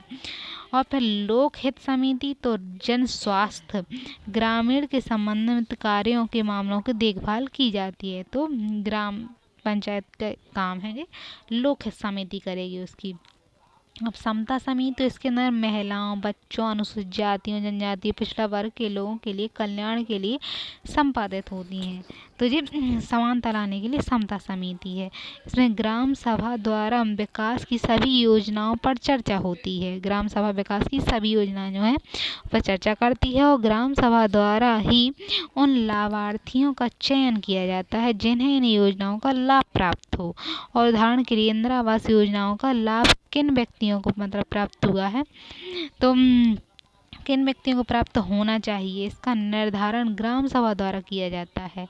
मनरेगा के सफलतापूर्वक संचालन में पंचायतों की भूमिका महत्वपूर्ण है। तो मनरेगा का नाम मनरेगा जो था महात्मा गांधी रोजगार गारंटी योजना, इसका नाम बदल कर विकास कुछ और कर दिया गया है। इसके तहत ग्रामीण रोजगार विकास की अन्य योजनाओं का निर्माण भी पंचायतों के द्वारा किया जाएगा। यानी ग्रामीण विकास के लिए कौन कौन सी योजनाएं कौन लगेंगी और उनका लाभार्थी कौन होगा वो निर्धारण करेंगी। ग्राम पंचायत द्वारा उपलब्ध वित्तीय संसाधनों के आधार पर योजना का निर्माण करती हैं। तो वित्त संसाधन है उनके आधार, जितना उन्हें वित्त प्राप्त है तो उसके आधार पर योजनाएं बनाती हैं वो। इसके पश्चात योजनाओं को खंड स्तर की समिति को संप्रेषित करती हैं। फिर आलोचकों के अनुसार क्या है कि ग्राम पंचायतों को अपनी योजनाओं के अनुसार वित्तीय स्रोत प्राप्त नहीं होते। तो आलोचक कहते हैं कि उन्हें इतने पैसे प्राप्त नहीं होते अपनी योजनाओं के लिए, बल्कि उन्हें उपलब्ध वित्तीय संसाधनों के आधार पर योजनाओं के निर्माण करना होता है। तो संसाधन जितने हैं उसके आधार ही पर योजनाएं बना सकती हैं वो। ग्राम पंचायतों को अपनी योजनाओं को क्रियान्वित करने के लिए विभिन्न स्रोतों से सहायता प्राप्त होती है, जैसे केंद्र सरकार से, राज्य सरकार से भी वित्त संसाधन प्राप्त होते हैं।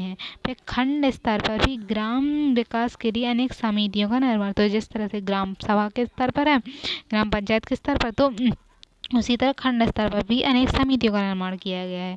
जैसे वित्त है, करारोपण समिति है, कृषि उत्पादन, पशुपालन, लघु सिंचाई संबंधित समिति और शिक्षा समाज कल्याण से समिति, लोक स्वास्थ्य, सफाई कार्य एवं संचारक संसाधनों का निर्माण। तो इस तरह से खंड स्तर पर भी समितियां बनाई जाती हैं जो उनके लिए काम करने के लिए कार्य करती हैं। खंड स्तर पर योजना निर्माण में जिला परिषद के मुख्य जो जिला स्तर के प्रमुख न्यायिक अधिकारी होते हैं, प्रमुख नियोजन अधिकारी, तो उनकी सहायता करते हैं खंड स्तर के। और खंड पंचायत के द्वारा अलग वित्तीय वर्ष के लिए संसाधनों की मांग होती है, मतलब अगले वित्त वर्ष के लिए कितना है संसाधन की मांग होती है। ग्राम पंचायतों की योजनाओं को समन्वित किया जाता है। योजनाओं के निर्माण के पश्चात उनकी प्रवर समिति के समक्ष रखा जाता है। इसके बाद इसे खंड समिति की सामान्य समिति के समक्ष प्रस्तुत हो। तो जो ग्राम पंचायत योजना बनाती है फिर तो पहले प्रवर समिति के पास जाएंगे, फिर खंड स्तर की समिति में प्रस्तुत की जाएंगी, जिसे बैठक में के सदस्य योजनाओं के प्रारूप पर विचार करते हैं और योजनाओं को अनुशंसा करते हैं। तो खंड स्तर पर पहुंचने के बाद क्या है, उसके जो सदस्य हैं बैठक पर उस पर योजनाओं पर विचार करेंगे और अनुशंसा देंगे कि होना चाहिए कि नहीं। तो खंड स्तर के पश्चात योजनाओं का प्रारूप जांच और स्वीकृति के लिए जिला परिषद यानी जनपद पंचायत को भेज दिया जाता है। तो खंड स्तर पर जांच के बाद वो जिला के पास जाता है, जिसकी स्वीकृति के पश्चात इसे राज्य सरकार के समक्ष प्रस्तुत। अब जिले की जब स्वीकृति हो जाती है तो फिर ये राज्य पर जाता है। और 73वें संविधान संशोधन 1993 के बाद भारत में विकेंद्रीकृत योजनाओं का व्यावहारिक रूप से प्रयोग हो रहा है। तो विकेंद्रीकृत के बाद क्या है, व्यावहारिक रूप से प्रयोग हो रहा है। तो ग्रामीण विकास की दिशा में अत्यंत उल्लेखनीय कदम है। पंचायत में दिए गया आरक्षण सामाजिक न्याय का सबसे प्रभावी तरीका माना जा सकता है। तो समाज में विकास का क्या है, सामाजिक न्याय का अधिक प्रभावी तरीका माना जा सकता है, क्योंकि पिछड़ी जातियों के लोग, अनुसूचित जातियों, जनजातियों, महिलाओं का योगदान ग्रामीण विकास के साथ स्वयं शक्तिकरण के लिए महत्वपूर्ण है। गांव में अभी भी जनजातीय रूप से सोपानी समाज विद्यमान है, जैसे पितृसत्तात्मक सत्ता का प्रभाव है। ग्रामीण स्तर पर पितृसत्तात्मक समाज है। और विकेंद्रीकृत नियोजन के पक्ष में निम्नलिखित तर्क दिए जा सकते हैं। तो विकेंद्रीकृत नियोजन किस तरह से हो, इसके संबंध में तर्क है कि भारत जैसे विकासशील देश में विकेंद्रीकृत नियोजन देश के समग्र विकास का बेहतर विकल्प है। तो विकेंद्रित नियोजन होगा तो देश का समग्र विकास होगा। फिर भारत में संसाधनों का अभाव है, इसलिए विकेंद्रीकृत नियोजन के अंतर्गत ग्रामीण जनता अपनी आवश्यकता की पूर्ति के लिए स्थानीय संसाधनों का प्रयोग कर सकती है। फिर देश के विशाल ग्रामीण जनता विकास की मुख्य धारा में अभी भी अपेक्षित और बाहर है। तो अब मुख्य धारा से अभी भी बाहर है, विकास नहीं कर पा रही है। और गाँव के आधारभूत संरचनाओं का अभाव तथा स्वास्थ्य शिक्षा की बेहतर सुविधाएं भी उपलब्ध नहीं है। स्वास्थ्य की और शिक्षा की और सुविधाएं उपलब्ध नहीं है उन्हें अभी। और भारत में अनेक क्षेत्रों का मौसम, भूमि, कृषि के तरीके भी अभी अलग अलग हैं, इसलिए विकेंद्रित नियोजन ज़्यादा कारगर है। यानी अलग अलग स्तरों पर अलग अलग तरह से काम हो, अलग क्षेत्र के अनुसार काम हो तो बेहतर है। अब सामाजिक अंकेक्षण, सामाजिक अंकेक्षण क्या कहते हैं इनके संबंध में, तो क्या है, पंचायती राज में भ्रष्टाचार को नियंत्रित करने और पारदर्शी बनाए रखने के लिए सामाजिक अंकेक्षण का प्रयोग किया जा रहा है। समाज के स्तर पर देखा जा रहा है, जिसके द्वारा पंचायतों के द्वारा किए गए कार्यों, उनके खर्च किए गए पैसे की जांच, उस पर चर्चा ग्राम सभा आयोजित की जाएगी। तो उनके जो कार्य होते हैं, खर्च होते हैं पंचायत, तो ग्राम सभा क्या होगी, एक आयोजित होगी। इस पर चर्चा जांच क्या है, आम ग्रामीण लोगों द्वारा स्थानीय भाषा में, यानी जनता उसकी जांच करेगी तो स्थानीय लोगों पर होगी। जिससे उस सभा में क्या होगा, खर्च के नोटिस बोर्ड पर भी खर्च कितना हुआ तो नोटिस बोर्ड पर लिखा जाएगा। और सामाजिक अंकेक्षण के दौरान पंचायतों के सभी सदस्य, सभी कर्मचारी उपस्थित होंगे और ग्राम सभा ग्रामीण लोगों एवं सेवकों के उनमें पूर्व सूचना दी जाएगी। तो ग्राम सभा बैठानी है तो लोगों को, श्रमिकों को द्वारा उनके सूचना दी जाएगी जनता को। फिर बैठकों में भाग जिसमें वे सब बैठकों में भाग ले सकेंगे। और इसमें क्या, खर्च की कैश बुक बैंक के दस्तावेज और अन्य व्यक्ति के रिकॉर्ड की जांच होगी। तो ग्राम सभा जो पंचायत है उसने क्या काम किए है, तो ग्राम सभा जो लगेगी, जनता बैठेगी, उसमें सबकी जांच होगी। पंचायतों के द्वारा खर्च किए गए पैसे की रसीद, अन्य दस्तावेज ग्राम सभा के समक्ष प्रस्तुत किए जाएंगे। ग्राम सभा द्वारा ग्रामीणों के मास्टर रोल में अंकित नाम, उनके द्वारा दिए गए पैसे और रोजगार के आंकड़े बकायदा जांच की जाएगी कि रोजगार कितने दिए, पैसे कहाँ खर्च किए। तो पंचायतों के द्वारा किए गए कार्य का मौके पर मुआवजा किया जाएगा कि कैसा हुआ काम, और कार्य की गुणवत्ता की जांच होगी, और जिसके द्वारा पंचायतों को जन केंद्रित बनाने का प्रयत्न किया जा रहा है, यानी जनता का नियंत्रण होगा और जनता देखेगी। तो सामाजिक रूप से उसका सर्वेक्षण टाइप होगा। अब है पंचायती राज्य एवं नौकरशाही। तो पंचायती राज्य में तो सामुदायिक विकास योजनाओं की असफलता का मूल कारण जन सहभागिता का अभाव माना जाता है। जनता उसमें भागीदार नहीं है, इसलिए पंचायती राज्य का प्रयोग किया गया है। तो पंचायती राज्य का प्रयोग किया गया, इसमें 73-74वें संविधान संशोधन 1993 से पंचायतों के प्रत्येक स्तर पर जनप्रतिनिधियों को प्राथमिकता प्रदान किया गया है। जनप्रतिनिधि, जनता के जो प्रतिनिधि हैं वो आएंगे। और पंचायत स्तर पर ग्राम प्रधान को विकास का दायित्व सौंपा गया, यानी ग्राम का जो ग्रामीण है, गांव, उसका जो प्रधान होगा उसको विकास का काम सौंपा गया है। ग्रामीण विकास अधिकारी लेखपाल ग्राम प्रधान की सहायता करेंगे। तो जो लेखपाल होगा वहाँ लिखने वाला, और ग्राम का जो प्रधान होगा वो सहायता करेंगे ग्राम विकास के लिए। खंड स्तरीय पंचायती राज के कार्यक्रमों को लागू करने का मुख्य स्तर है, और खंड स्तर इसको लागू कराएगा अच्छे से। प्रत्येक जनपद कई खंड स्तरों में विभाजित होता है। तो प्रत्येक जो जनपद होता है खंड स्तरों पर विभाजित होता है। इसमें 73वें संविधान संशोधन के बाद सभी स्तरों के लिए प्रत्यक्ष निर्वाचन का प्रावधान किया गया। तो 73वें संविधान संशोधन क्या है, सभी स्तर पर सबका प्रत्यक्ष निर्वाचन होगा।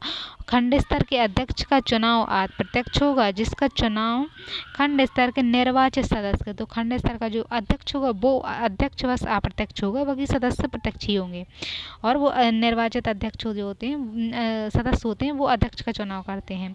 खंड स्तर पर स्थानीय संसद एवं विधायिका भी पंचायत समिति के पदेन सदस्य होते हैं।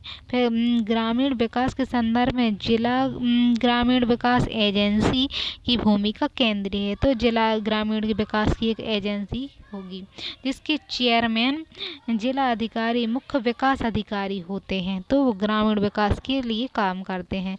परंतु पंचायत राज संबंधी 73वें संविधान संशोधन के पश्चात जिला ग्रामीण विकास एजेंसी के स्थान पर जिला नियोजन समिति गठन का प्रस्ताव किया गया। तो जिला नियोजन समिति अब है, और इसके चेयरमैन जिला परिषद का अध्यक्ष होगा। जिला परिषद है जो, उसका अध्यक्ष होगा उसके विकास के संबंध में। जनपद के विकास का मूल दायित्व जनप्रतिनिधियों को सौंपा गया। तो जनता के जो प्रतिनिधि हैं वो उसका विकास करेंगे, तो इसका कार्य उन्हें सौंपा गया है। अब है लैंगिक न्याय। तो लैंगिक न्याय, तो महिलाएं समाज इसके संबंध में है कि महिलाएं समाज में जाति एवं वर्गीय विभाजन से प्रभावित हैं, यानी पितृसत्तात्मक सत्ता और सामंतवादी दृष्टिकोण व गाँव का सामाजिक दृष्टिकोण महिलाओं के प्रतिकूल है, यानी गाँव में महिलाओं का प्रतिनिधित्व कम है। महिलाओं को पंचायती राज व्यवस्था में उत्तरदायित्व संभालने के साथ साथ घरेलू कृषि कार्य को भी करना पड़ता है, जिसके कारण उनकी भूमिका पंचायतों में शक्तिशाली नहीं हो पा रही, क्योंकि घर का काम कभी करती हैं और पंचायतों का काम कभी कर रही हैं। यह एक पूर्वाग्रह प्रचलित है, मतलब वहाँ पूर्वाग्रह यह प्रचलित है कि महिलाओं की पंचायती राज्य की भागीदारी के कारण परिवार का सामंजस्य बिगड़ जाएगा और पारिवारिक जीवन अस्त व्यस्त हो जाएगा। इसलिए महिलाओं से अपेक्षा की जाती है कि वह पारिवारिक जीवन में प्राथमिकता दें, और महिलाओं को घरेलू कार्यों का प्रबंधन करना होता है, जिसके कारण पंचायतों की बैठकों में वे हिस्सा नहीं ले पाती हैं। महिलाएं पंचायतों की बैठकों में जाने से लोगों की समस्याओं को सुनने में दिलचस्पी रखती हैं, लेकिन वे स्वयं गांव एवं समाज में अपनी असुरक्षित महसूस करती हैं, और पंचायतों में अभी भी पुरुषों का प्रभुत्व है। इसलिए महिलाओं की भागीदारी से पंचायत में कोई निर्णय परिवर्तन नहीं हुआ है और पंचायतों में आरक्षण से महिलाओं की स्थिति में सुधार नहीं हुआ है, क्योंकि राजनीतिक शक्तियों का प्रयोग परिवार के उनके लोग करते हैं, यानी महिलाओं के परिवार के लोग हैं वो करते हैं। फिर अधिकांश महिलाओं को परिवार में निर्णय की स्वाधीनता नहीं है, यानी वो अपना निर्णय स्वयं नहीं ले सकती, तो उन्हें स्वाधीनता अपने निर्णय लेने की नहीं है। इसलिए पंचायतों में क्या है, पंचायतों में महिलाओं के पति उनके परिवार के पुरुष सदस्य द्वारा निर्णय लिए जाते हैं। महिलाओं की पारंपरिक भूमिका इस प्रकार सुनिश्चित कर दी गई है कि उनका मूल कार्य केवल घरेलू संपादन है। फिर भारत में अभी भी अधिकांश महिलाएं अशिक्षित हैं और वे आर्थिक रूप से आत्मनिर्भर नहीं है, इसलिए गांव के प्रधान के प्रबंधन की अपेक्षा करना व्यवहारिक नहीं है। इसलिए वो कहते रहे हैं वहाँ के लोग कि प्रशासन में उनकी उपेक्षा करना व्यवहारिक नहीं है, क्योंकि पंचायतों में दलीय राजनीति का दुष्प्रभाव है। दल के आधार पर भी मतलब राजनीति चलती है, तो फैल चुका है। चुनाव में बाहुबल एवं धनबल का प्रयोग होता है, इसलिए समाज क्या होता है, सामान्य महिलाओं के लिए चुनाव में भाग लेना कठिन हो जाता है। आज भी पंचायत राज में महिलाएं स्वतंत्र रूप से चुनाव नहीं लड़ती, बल्कि अपने परिवार की इच्छा पर चुनाव लड़ती हैं। केवल महिलाएं केवल आरक्षित सीट से ही चुनाव में जीतती हैं और वे सीटों में चुनाव नहीं जीत पाती, और सामान्य चुनाव जो होते हैं सीटों के, उनमें चुनाव नहीं जीत पाती। फिर चुनाव में सामान्यतः कमजोर और आसक्त महिलाओं को प्रोत्साहन दिया जाता है, कमजोर महिलाओं को मतलब चुनाव लड़ाया जाता है, और स्वतंत्र और शक्तिशाली महिलाओं को नहीं। महिलाओं के प्रति आम लोगों का प्रत्यक्षण भी आम लोग भी पूर्वाग्रह से प्रेरित हैं, क्योंकि महिलाओं में प्रशासनिक और राजनीतिक कौशल का अभाव होता है। महिलाओं में राजनीतिक चेतना एवं सम्मान की वृद्धि हुई है, लेकिन महिलाओं में क्या है, अब राजनीतिक चेतना आई है और उनके सम्मान में वृद्धि हुई है, और महिलाओं के निर्णय निर्माण में भी भागीदारी के अवसर प्राप्त हुए। महिलाएं निर्णय भी ले रही हैं। अब उनकी भूमिका ग्रामीण विकास एवं सामाजिक विकास में सकारात्मक सक्रिय हो गई है। समाज के निर्णय लेने में अब वो सक्रिय हुई हैं। पंचायतों के द्वारा महिलाओं को चौपाल तक पहुंचाया है पंचायतों ने, और अब उनकी भूमिका केवल घरेलू कार्यों तक सीमित नहीं है। पंचायतों के आरक्षण के परिणाम स्वरूप महिलाओं ने अपने अधिकारों के प्रति चेतना जागृत हुई है, और वे अपने शोषण एवं महिलाओं के विरुद्ध भेदभाव समाप्त करने में सक्रिय भूमिका निभा सकती हैं। तो अपने भेदभाव को समाप्त करने के लिए भूमिका निभा सकती हैं। उदारीकरण के युग में पंचायती राज, तो उदारीकरण के बाद पंचायती राज का स्वरूप कैसा है, तो वर्ष 1990 के बाद भारत में आर्थिक सुधार कार्यक्रम अपनाए गए। उसमें आर्थिक सुधार को प्रभावी बनाने के लिए शासन में बेहतर उत्तरदायी बनाने पर बल दिया गया, यानी शासन उत्तरदायी हो।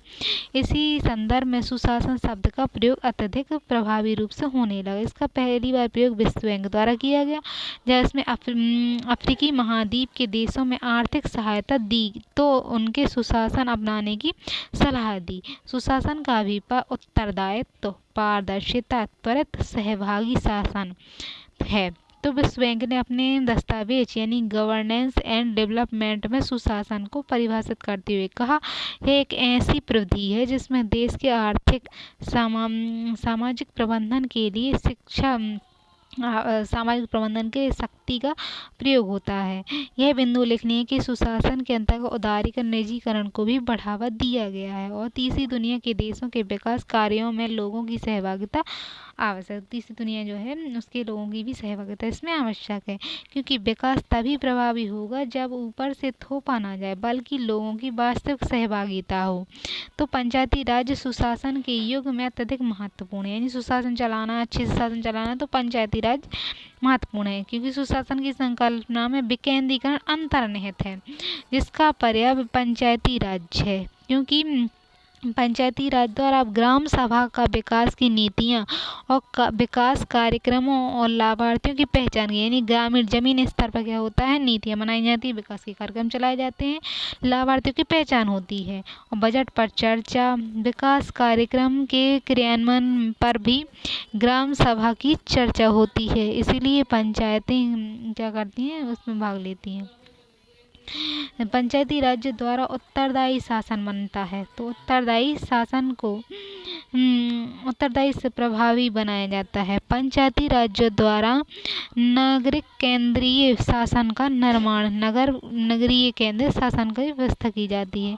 तो समकालीन उदारीकरण निजीकरण के युग में अर्थव्यवस्था का आर्थिक शक्तियों के केंद्रीकरण की प्रवृत्ति देखी गई है कि आर्थिक शक्तियों के का केंद्रीकरण हो रहा है। तो आर्थिक शक्तियों के केंद्रीकरण की प्रवृत्ति देखी जाती है। इस संदर्भ में पंचायती राज अत्यधिक मतलब आर्थिक शक्तियों का केंद्रीकरण ना हो, इसलिए पंचायती राज अत्यंत प्रासंगिक है, जहां विकास का विकेंद्रीकरण होता है और पंचायतों को ज़्यादा शक्तियां प्रदान करने से छोटे राज्यों की मांग भी समाप्त हो सकती है। उदारीकरण का प्रथम दौर मुख्यतः शहर केंद्रित था। जब उदारीकरण आया तो पहला दौर तो शहरों पर केंद्रित था। फिर ग्रामीण विकास अभी सरकारी प्रयासों पर निर्भर है। उदारीकरण के इस दौर में स्थानीय क्षेत्रों के विकास के लिए पंचायतों की भूमिका महत्वपूर्ण है। सरकार जो भी विकास कार्यक्रम बनाएगी उसका क्रियान्वयन पंचायतों के द्वारा ही किया जाता है और स्थानीय स्तर पर पंचायतों द्वारा आधार संरचना का निर्माण कर उदारीकरण के लाभों को प्राप्त किया जा सकता है। इसकी पंचायतों की पे कमियां भी हैं। पंचायतों की क्या कमियां हैं? पंचायतों की कमियां तो 73वें 74वें संविधान संशोधन केवल शब्दों के तहत पालन किया गया है, केवल शब्दों के तहत पालन किया गया है, इसकी भावना का नहीं। अधिकांश राज्यों में पंचायत अधिनियमों में नौकरशाहों को परोक्ष रूप से निर्वाचित निकायों का नियंत्रण रखने का अधिकार दिया गया है, यानी नौकरशाह है जो वो ही अपना नियंत्रण रखे हुए हैं। पंचायतों को 29 विषय हस्तांतरण अभी प्रभावी रूप से नहीं हो पा रहा है, यानी 29 विषय दिए गए तो उनका हस्तांतरण अभी तक नहीं हो पा रहा है और सभी राज्यों में संवैधानिक प्रावधान के अनुरूप अधिनियम पारित कर दिया गया है, परंतु उनमें अधिकांश राज्यों के राजमार्गों के क्रियाकलापों के नियम तो अधिकांश राज्य हैं तो उनके क्रियाकलापों के नियम के लिए उपनियम नहीं बनाए गए हैं।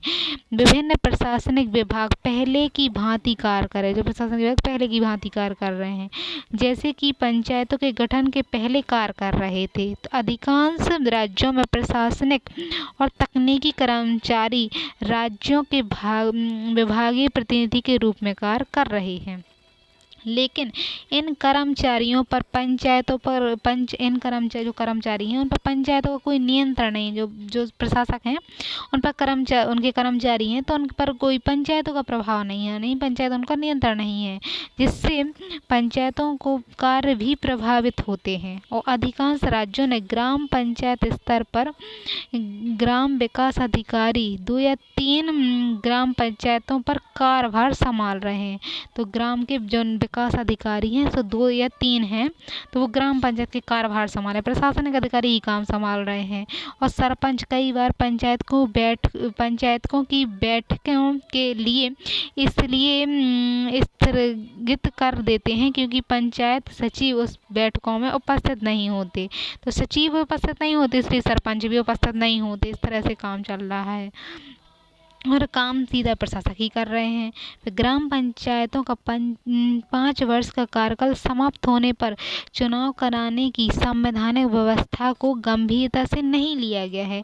कई राज्यों में यह व्यवस्था राजनीतिक खंड और जिला पंचायत के चुनाव में भागीदारी करते हैं। तो जिला है जो जिला पंचायत के चुनाव में भागीदारी करते हैं, लेकिन ग्राम पंचायतों में उन्हें भागीदारी का अधिकार नहीं दिया गया। तो ग्राम पंचायतें उन्हें अधिकार नहीं दिया गया है। कोई भी सत्तारूढ़ राजनीतिक दल पढ़ रहे हैं पंचायतों में कमियां। पंचायतों की कमियां क्या हैं? तो 73वें 74वें संविधान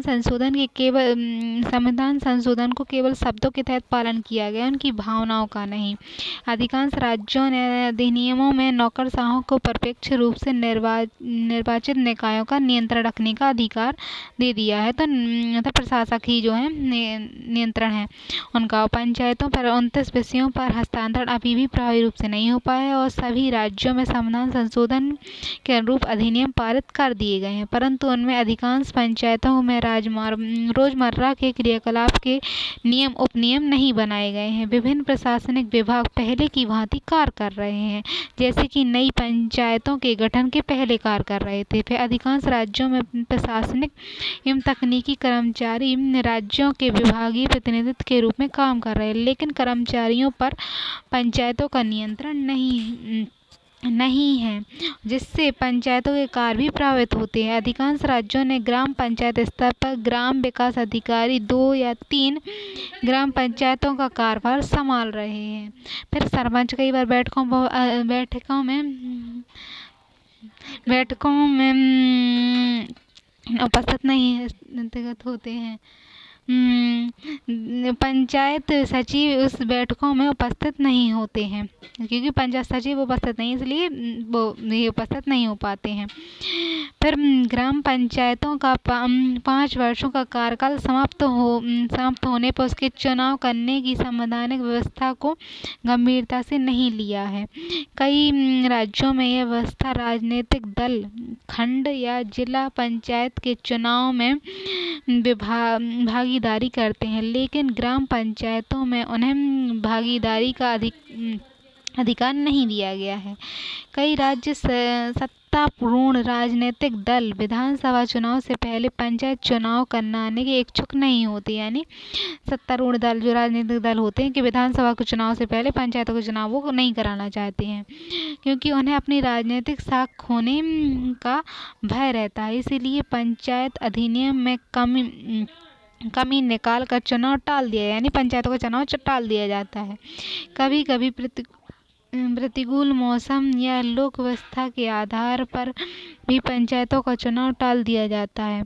व्यवहारिक रूप में राज्य चुनाव आयोग भी स्वतंत्र एवं संवैधानिक संस्था की भांति कार्य नहीं करते, राज्य सरकार के दबाव के सामने झुक जाते हैं। तो क्या है, संवैधानिक संस्थाएं भी इस तरह से काम नहीं कर पाती और राज्य सरकार के दबाव के आगे झुक जाती हैं। केंद्र सरकार के मंत्रालय, राज्य सरकार के विभाग जिनका संबंध स्वास्थ्य, शिक्षा, महिला, बाल विकास जैसे विभिन्न ग्रामीण कार्यक्रमों योजनाओं से संबंधित है, ये लगातार ऐसे ढांचे खड़े कर रहे हैं जो पंचायतों के समानांतर कार्य करते हैं। तो पंचायत के समान कार्य करते हैं, तो इस तरह से शिक्षा व्यवस्था या हर चीज़ के कार्यक्रम की योजनाओं से संबंधित ढांचा खड़े कर रहे हैं, जिनमें विभिन्न मंत्रालयों एवं विभागों द्वारा भारी वित्तीय सहायता प्रदान की जाती है। और केंद्र सरकार के अनेक मंत्रालय, राज्य सरकार के विभाग केंद्र और राज्य द्वारा प्रायोजित अनेक कार्यक्रमों का संचालन एवं क्रियान्वयन करते हैं। इनमें कुछ कार्यक्रम उदाहरण निम्नवत हैं, जैसे कृषि मंत्रालय है, ग्रामीण विकास मंत्रालय द्वारा संचालित किया जा रहा है। तो कृषि मंत्रालय जो है एवं ग्रामीण विकास मंत्रालय द्वारा कृषि कार्य किया जाता था। इन कार्यक्रमों को लागू करने के लिए इन एजेंसियों को पैसा दिया, तो एजेंसियों के द्वारा काम कराया जाता है, जिसमें पंचायतों को भूमिका नहीं होती है। और 73वें संविधान संशोधन अधिनियम के द्वारा राज्यों को प्राथमिक शिक्षा, माध्यमिक शिक्षा नहीं, तो राज्यों को प्राथमिक शिक्षा और माध्यमिक शिक्षा, तकनीकी शिक्षा और तो इसमें तकनीकी शिक्षा व्यवस्था और प्रशासनिक शिक्षा, प्रौढ़ और अनौपचारिक शिक्षा का दायित्व सौंपा गया है। पंचायतों को प्राप्त विषयों में प्राथमिक शिक्षा, जो पंचायत को विषय हैं उनमें प्राथमिक शिक्षा अत्यंत महत्वपूर्ण है, जबकि जिला प्राथमिक शिक्षा कार्यक्रम के अंतर्गत विश्व बैंक द्वारा कोष प्रदान किया जा रहा है। तो विश्व बैंक द्वारा इसमें क्या है, कोष प्रदान किया जा रहा है, जिस पर पंचायतों का नियंत्रण नहीं है। पर्यावरण एवं वन मंत्रालय के अधीन संयुक्त वन प्रबंधन समिति कार्य कर रही है। तो पर्यावरण है और वन मंत्रालय है, तो पर्यावरण एवं वन मंत्रालय के अधीन संयुक्त वन प्रबंधन समिति कार्य कर रही है।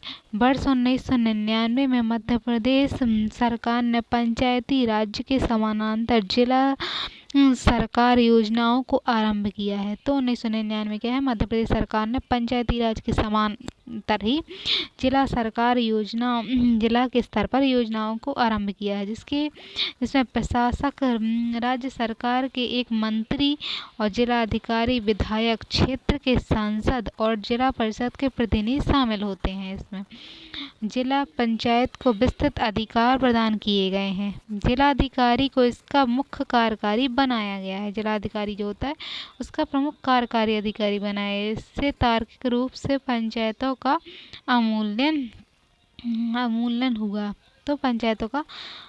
हुआ है।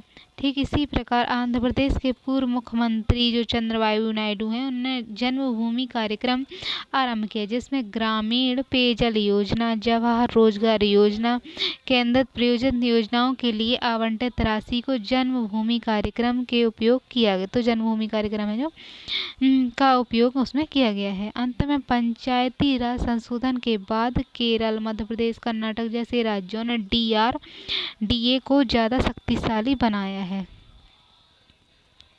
प्रधानमंत्री नरसिम्हा राव द्वारा संसद स्थानीय विकास योजना 1993 में आरंभ किया गया। तो संसद द्वारा क्या गया, स्थान का विकास हो तो उसके लिए आरंभ किया गया, जिसके अंतर्गत प्रत्येक सांसद को अपने क्षेत्र विकास के लिए 2 करोड़ की राशि वार्षिक रूप से प्रदान की जाएगी, वो अपना क्षेत्र का विकास कर सके। जो 5 करोड़ रुपए होगी तो 5 करोड़ रुपए एक साल में दी जाएंगे।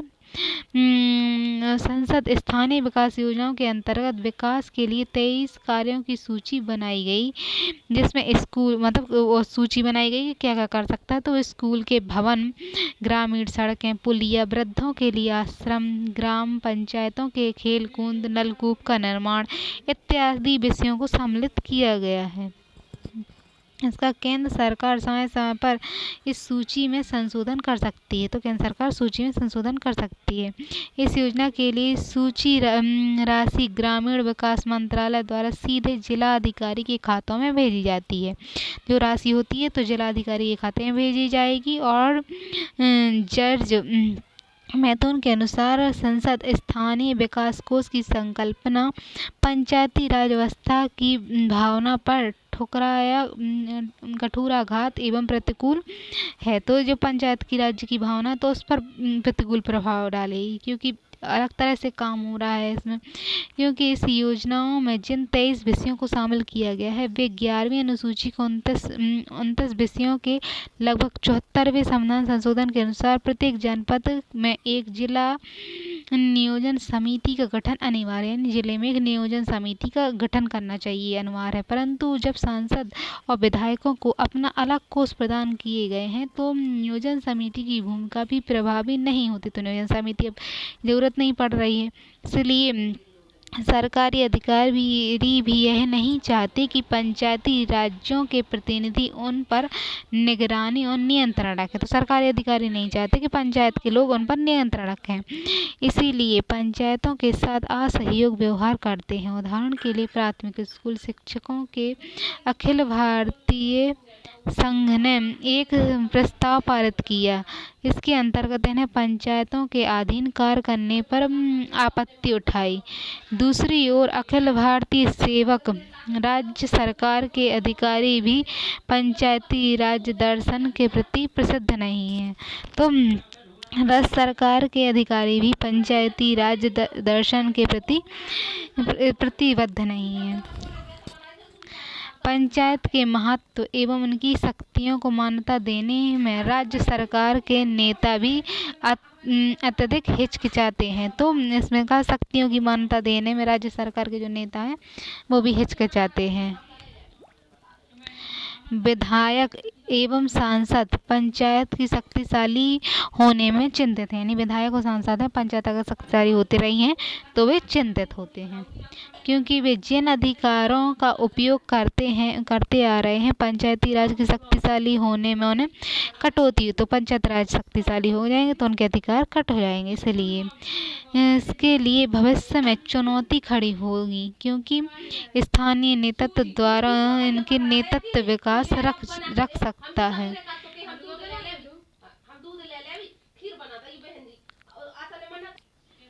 तो क्या है, देश में अधिकांश भागों में राजनीतिक चेतना, निम्न स्तर और सामाजिक पिछड़ापन, निरक्षर और जाति संघर्ष जैसे कारक हैं जो पंचायती राज के बेहतर क्रियान्वयन में बाधा उत्पन्न करते हैं। समाज में अधिक सामंती मूल्य विचार सुदृढ़ हैं। तो सामंती जो विचार हैं वो मजबूत हैं। तो पंचायतें इन्हीं का सूक्ष्म भाग हैं। दुर्भाग्यवश सामाजिक परिवर्तन का सामाजिक निर्णय का मुद्दा ना होकर सरकार की सूची में है, न कि राजनीतिक दलों की और न ही नागरिक संगठन सक्रिय है। भूमि सुधार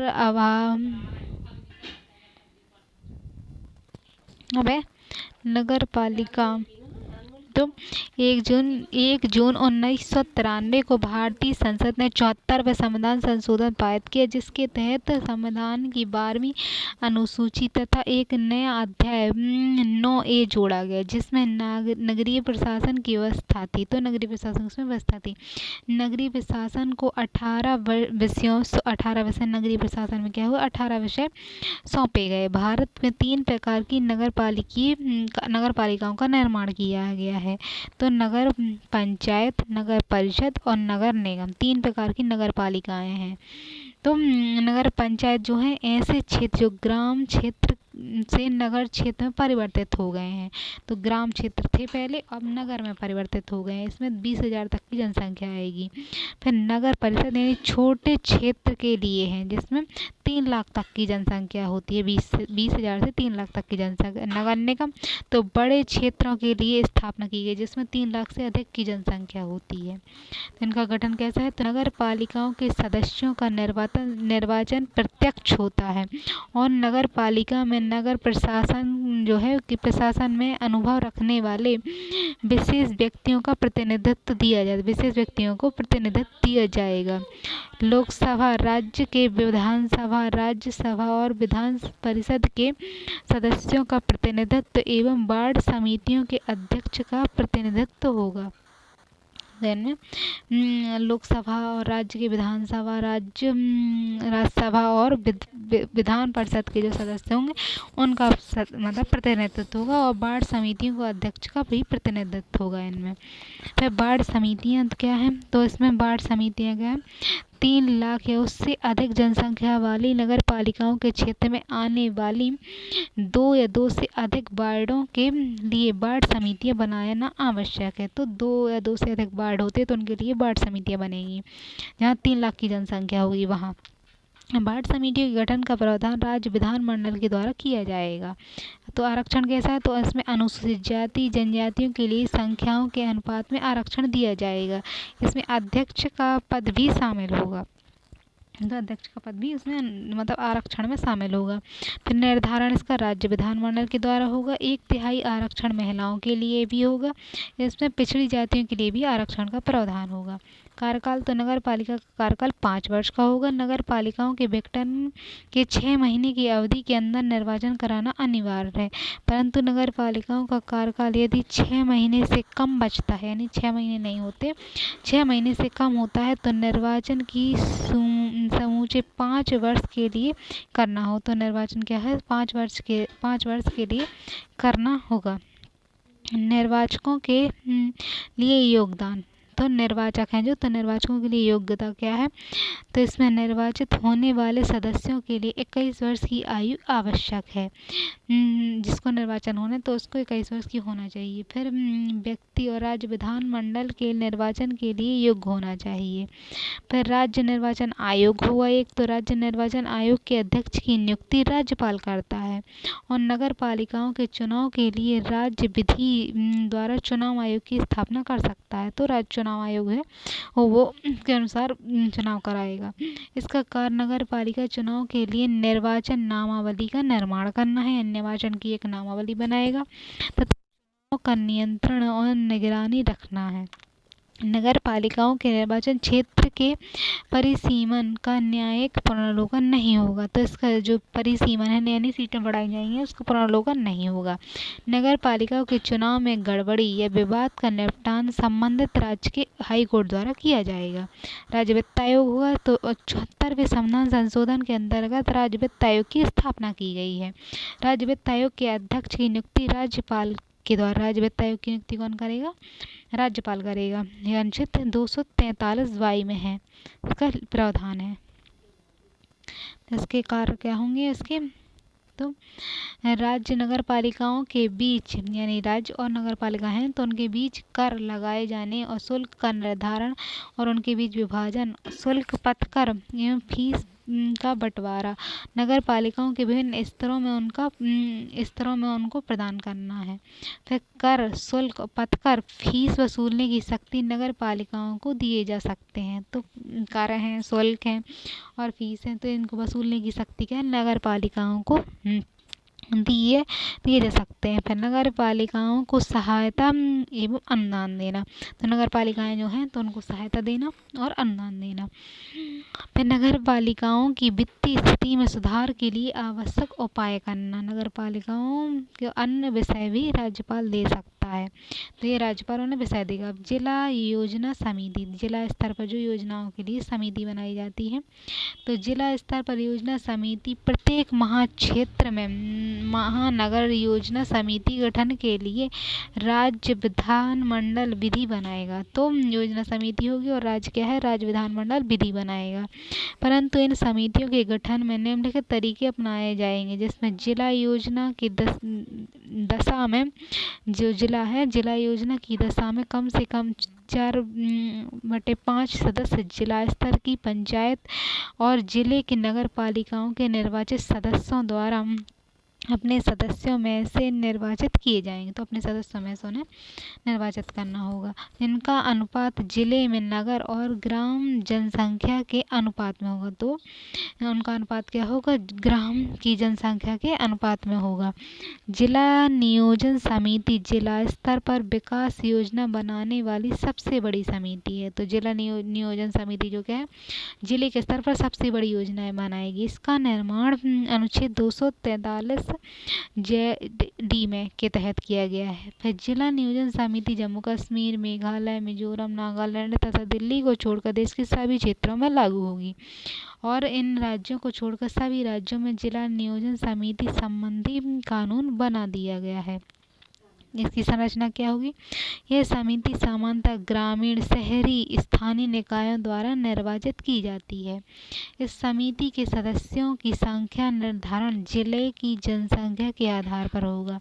तो जिले की जनसंख्या जो उसके आधार पर समिति बनेगी और अधिक जनसंख्या वाले जिलों के अधिक सदस्य होते हैं और ग्रामीण एवं शहरी निकायों में कितने प्रतिनिधि लिए जाएंगे, तो ग्रामीण के कितने होंगे, शहर के कितने प्रतिनिधि लिए जाएंगे, इसका निर्धारण ग्राम और शहरी जनसंख्या के अनुपात के आधार पर होगा। तो जनसंख्या के आधार पर ग्राम और शहरों के प्रतिनिधि उसमें लिए जाएंगे। इसमें अध्यक्ष, तो जिला नियोजन समिति के अध्यक्ष का चुनाव अलग अलग राज्यों में अलग अलग तरीके से किया जाता है। जैसे कुछ राज्यों में केरल, बिहार, कर्नाटक, आंध्र प्रदेश, तमिलनाडु, राजस्थान में जिला परिषद का अध्यक्ष ही जिला नियोजन समिति का अध्यक्ष होगा। कुछ राज्यों में जिले से संबंधित राज्य का जो कैबिनेट हो जिला है उसके जिले के संबंधित कैबिनेट मंत्री जिला नियोजन समिति का अध्यक्ष होगा। तो कैबिनेट का जो मंत्री होता है वही होगा। जैसे उड़ीसा, गुजरात, मंडला, छत्तीसगढ़, महाराष्ट्र में। फिर कुछ राज्यों में जिला डिप्टी कमिश्नर और जिला नियोजन समिति जिला का जो डिप्टी कमिश्नर होगा वो जिला का समिति का अध्यक्ष होगा। जैसे हरियाणा में। फिर कार्य की भूमिका, तो इनके कैसा कार्य करेंगे? तो इनके कार्य संबंध में ग्रामीण एवं शहरी क्षेत्रों के विकास योजना तैयार करने में एक नोडल एजेंसी के तहत कार्य करती है तथा सामाजिक आर्थिक न्याय के लिए नियोजन बनाने की जिम्मेदार है। तो सामाजिक और आर्थिक न्याय के लिए क्या है? नियोजन बनाने के लिए जिम्मेदार है। यह समिति पंचायत एवं नगर निगमों के मध्य सामान्य हित के लिए स्वपानीकृत योजना भी तैयार करती है।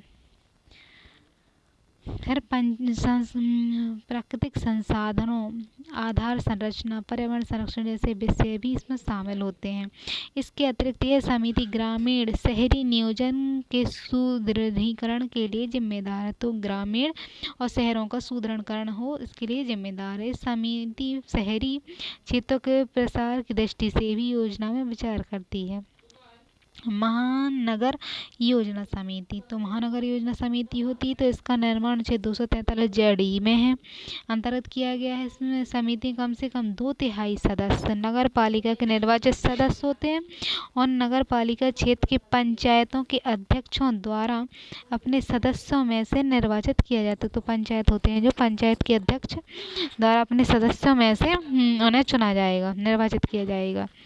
तथा स्थान बंटवारा उस क्षेत्र में नगर पालिका एवं पंचायतों की जनसंख्या के अनुपात में हो। तो स्थानों का बंटवारा क्या होगा, नगर पालिका कितनी है, पंचायतें कितनी हैं, तो उनकी जनसंख्या कितनी है, इसके अनुपात में होगा। राज्य का विधानमंडल विधि निम्नलिखित बारे में नियम बनाएगा। तो राज्य का जो विधानमंडल वो निम्नलिखित विधियां बना सकता है इस संबंध में। जैसे जिला नियोजन के संबंध में कौन कार्य जिला समिति को सौंपे जाएंगे, वो राज्य विधानमंडल बताएगा ये कौन से कार्य जिला में जिला समिति को सौंपने हैं। फिर जिला समिति के अध्यक्ष के चुनाव के तरीके को तय करना, तो ये राज्य विधानमंडल बताएगा किस तरीके से का चुनाव करना है यही समिति का।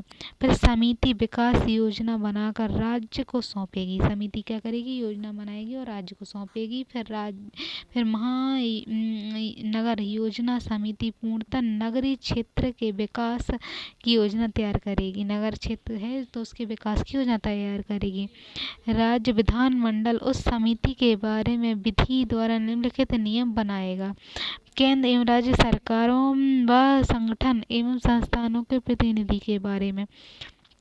तो केंद्र और राज्य सरकारें हैं जो वो संगठन है तो उनके प्रतिनिधि के बारे में बताएगा। फिर महानगर क्षेत्र के लिए योजना एवं सहकारिता से संबंधित कार्य होंगे। इस समिति के अध्यक्षों के चुनने का तरीका बताएगी, किस तरह से चुनना है, महानगर के लिए योजना किस तरह बनानी है। जो विकास योजनाएं बनाई जाती हैं वे राज्य सरकार को भेजी जाएंगी, तो किस तरह से काम करने ये बताएंगे वो। अब है नगर पालिका की समस्याएं। तो राज्य सरकारों द्वारा नगर पालिका को करारोपण के बेहतर साधन उपलब्ध नहीं कराए जाते हैं। नगर पालिकाओं को क्या कर के अच्छे साधन उपलब्ध नहीं कराए जाते, इसीलिए नगर पालिकाएं वित्तीय रूप से राज्यों पर निर्भर होती हैं। राज्य वित्त आयोग का गठन सही समय पर नहीं किया जाता और राज्य वित्त आयोग की अनुशंसाओं प्रभावी रूप से लागू नहीं किया जाता। इसलिए वर्ष 2008 के शहरी विकास मंत्रालय के द्वारा नगर पालिकाओं द्वारा एक मॉडल विधि का निर्माण किया गया, जिसमें नगर पालिकाओं को ज़्यादा से ज़्यादा करारोपण की शक्ति देने का समर्थन किया गया। तो करारोपण देने की शक्ति का समर्थन किया गया। नगर पालिकाओं को वाटर हार्वेस्टिंग व्यवस्था का निर्माण करना और उनका लेखांकन बेहतर होना। नगर पालिका क्षेत्र के आधार पर मकान एवं भूमि कर लगाना। तो नगर पालिका का जो क्षेत्र है उसके आधार पर मकान कर और भूमि का कर लगाना चाहिए। फिर शहरी स्थानीय निकायों के अन्य रूप। तो शहरों में अन्य रूप कैसे हैं, इसकी स्थापना सरकार के गजट, जो सरकार गजट होता है कि गजट की में अधिसूचना के द्वारा होती है, इसीलिए से अधिसूचना क्षेत्र समिति के नाम दिया जाता है। नगर पालिकाओं की भांति पूर्णतः नियोजन न होकर, नगर पालिकाएं जो उनकी भांति पूर्णतः नियोजित न होकर एक मनोनीत संस्था है। तो शहरी स्थानीय निकायों के अन्य रूप हैं जो क्या है, नियोजित नहीं है, मनोनीत संस्था है। इसमें राज्य नगर निगम अधिनियम के अंतर्गत कार्य करती है। तो राज्य का जो नगर निगम है उसके अधीन कार्य करती है। इसमें कुछ स्वतंत्र शक्तियाँ दे दी जाती हैं जो 2 प्रकार के क्षेत्रों के लिए कार्य करता है। जैसे औद्योगिकरण के कारण औद्योगिकरण होता है तो औद्योगिकरण के कारण विकसित हुए नए शहर और ऐसे शहर जिसमें अधिक नगर निगम, यानी ऐसे शहर जो अभी नगर निगम सरकार का निर्माण संभव न हो, तो ऐसे क्षेत्रों के लिए भी ये कार्य करती है। फिर नगर क्षेत्र समिति। तो नगर की जो क्षेत्रीय समिति है, तो नगर क्षेत्र समिति एक अर्ध न्याय नगर पालिकीय संस्था है। नगर की जो क्षेत्र समिति है तो अर्ध नगरपालिका समिति नहीं, अर्ध नगर पालिका, जिसके द्वारा सीवेज, सड़क, प्रकाश की व्यवस्था की जाती है और कई छोटे कस्बई नगरों के प्रशासन हेतु उनका कार्य करती हैं ये। नगर क्षेत्रीय समिति पूर्णतः निर्वाचित और पूर्णतः मनोनीत हो सकती हैं। तो नगर की जो क्षेत्रीय समिति होती है या तो निर्वाचित हो सकती है, पूर्णतः मनोनीत हो सकती हैं। ये राज्य विधानसभाओं के एक अलग अधिनियम द्वारा निर्मित होती हैं। अब है छावनी परिषद। तो 1924 में केंद्र सरकार रक्षा मंत्रालय के द्वारा छावनी परिषद अधिनियम का निर्माण किया गया था, जिसको छावनी अधिनियम 2006 द्वारा पुनर्गठित किया गया। इन परिषदों का निर्माण कैंट क्षेत्र में नगरीय जनसंख्या के प्रशासन के लिए किया गया था। नगर की जनसंख्या है तो उसके प्रशासन के लिए किया गया था। छावनी परिषदें आंशिक रूप से निर्वाचित और मनोनीत आंशिक रूप से निर्वाचित हो सकती हैं या मनोनीत भी हो सकती हैं पूर्णतः। वर्तमान में देश में 63 छावनी परिषदें हैं, जिन्हें जनसंख्या के आधार पर पहली, दूसरी, तीसरी श्रेणी में विभाजित किया गया है। फिर निर्वाचन सदस्य 3 वर्ष के लिए अपना पद ग्रहण करते हैं। तो निर्वाचित सदस्य होते हैं वो 3 वर्ष के लिए क्या करते हैं, अपना पद ग्रहण करते हैं। छावनी क्षेत्र कमांड ऑफिसर इसका प्रशासनिक अधिकारी, जबकि उपाध्यक्ष निर्वाचित सदस्य होते हैं। अब है पत्तन परिषद। तो इसमें इसका निर्माण मुंबई, कोलकाता, चेन्नई जैसे शहरों में किया जाता है। पत्तन यहाँ है वो बंदरगाह होते हैं। इसका मुख्य उद्देश्य निम्नलिखित पत्तनों का प्रबंधन, उनकी रक्षा, नगरीय सुरक्षा प्रदान करना है। और पत्तन परिषदों का निर्माण संसदीय अधिनियमों द्वारा हुआ है। तो संसद के अधिनियम के द्वारा इनका निर्माण होता है। इसमें निर्वाचित एवं मनोनीत दोनों सदस्य होते हैं। तो निर्वाचित भी होते हैं और मनोनीत दोनों सदस्य होते हैं। सामान्यतः इसके चेयरमैन पत्तन के अधिकारी ही होते हैं। तो इसके चेयरमैन के जो अधिकारी होते हैं पत्तन के अधिकारी होते हैं। टाउनशिप में एक ऐसे औद्योगिक निकाय के निकट स्थित हाउसिंग कॉलोनी का नगरीय प्रबंधन करने के लिए टाउनशिप की स्थापना की जाती है। टाउनशिप का नियंत्रण एक प्रशासनिक अधिकारी के द्वारा होता है और इसमें सामान्यतः कंपनी के इंजीनियर अथवा अन्य अधिकारी सहायता प्रदान करते हैं। तो आज का रिवीजन ने नगरपालिका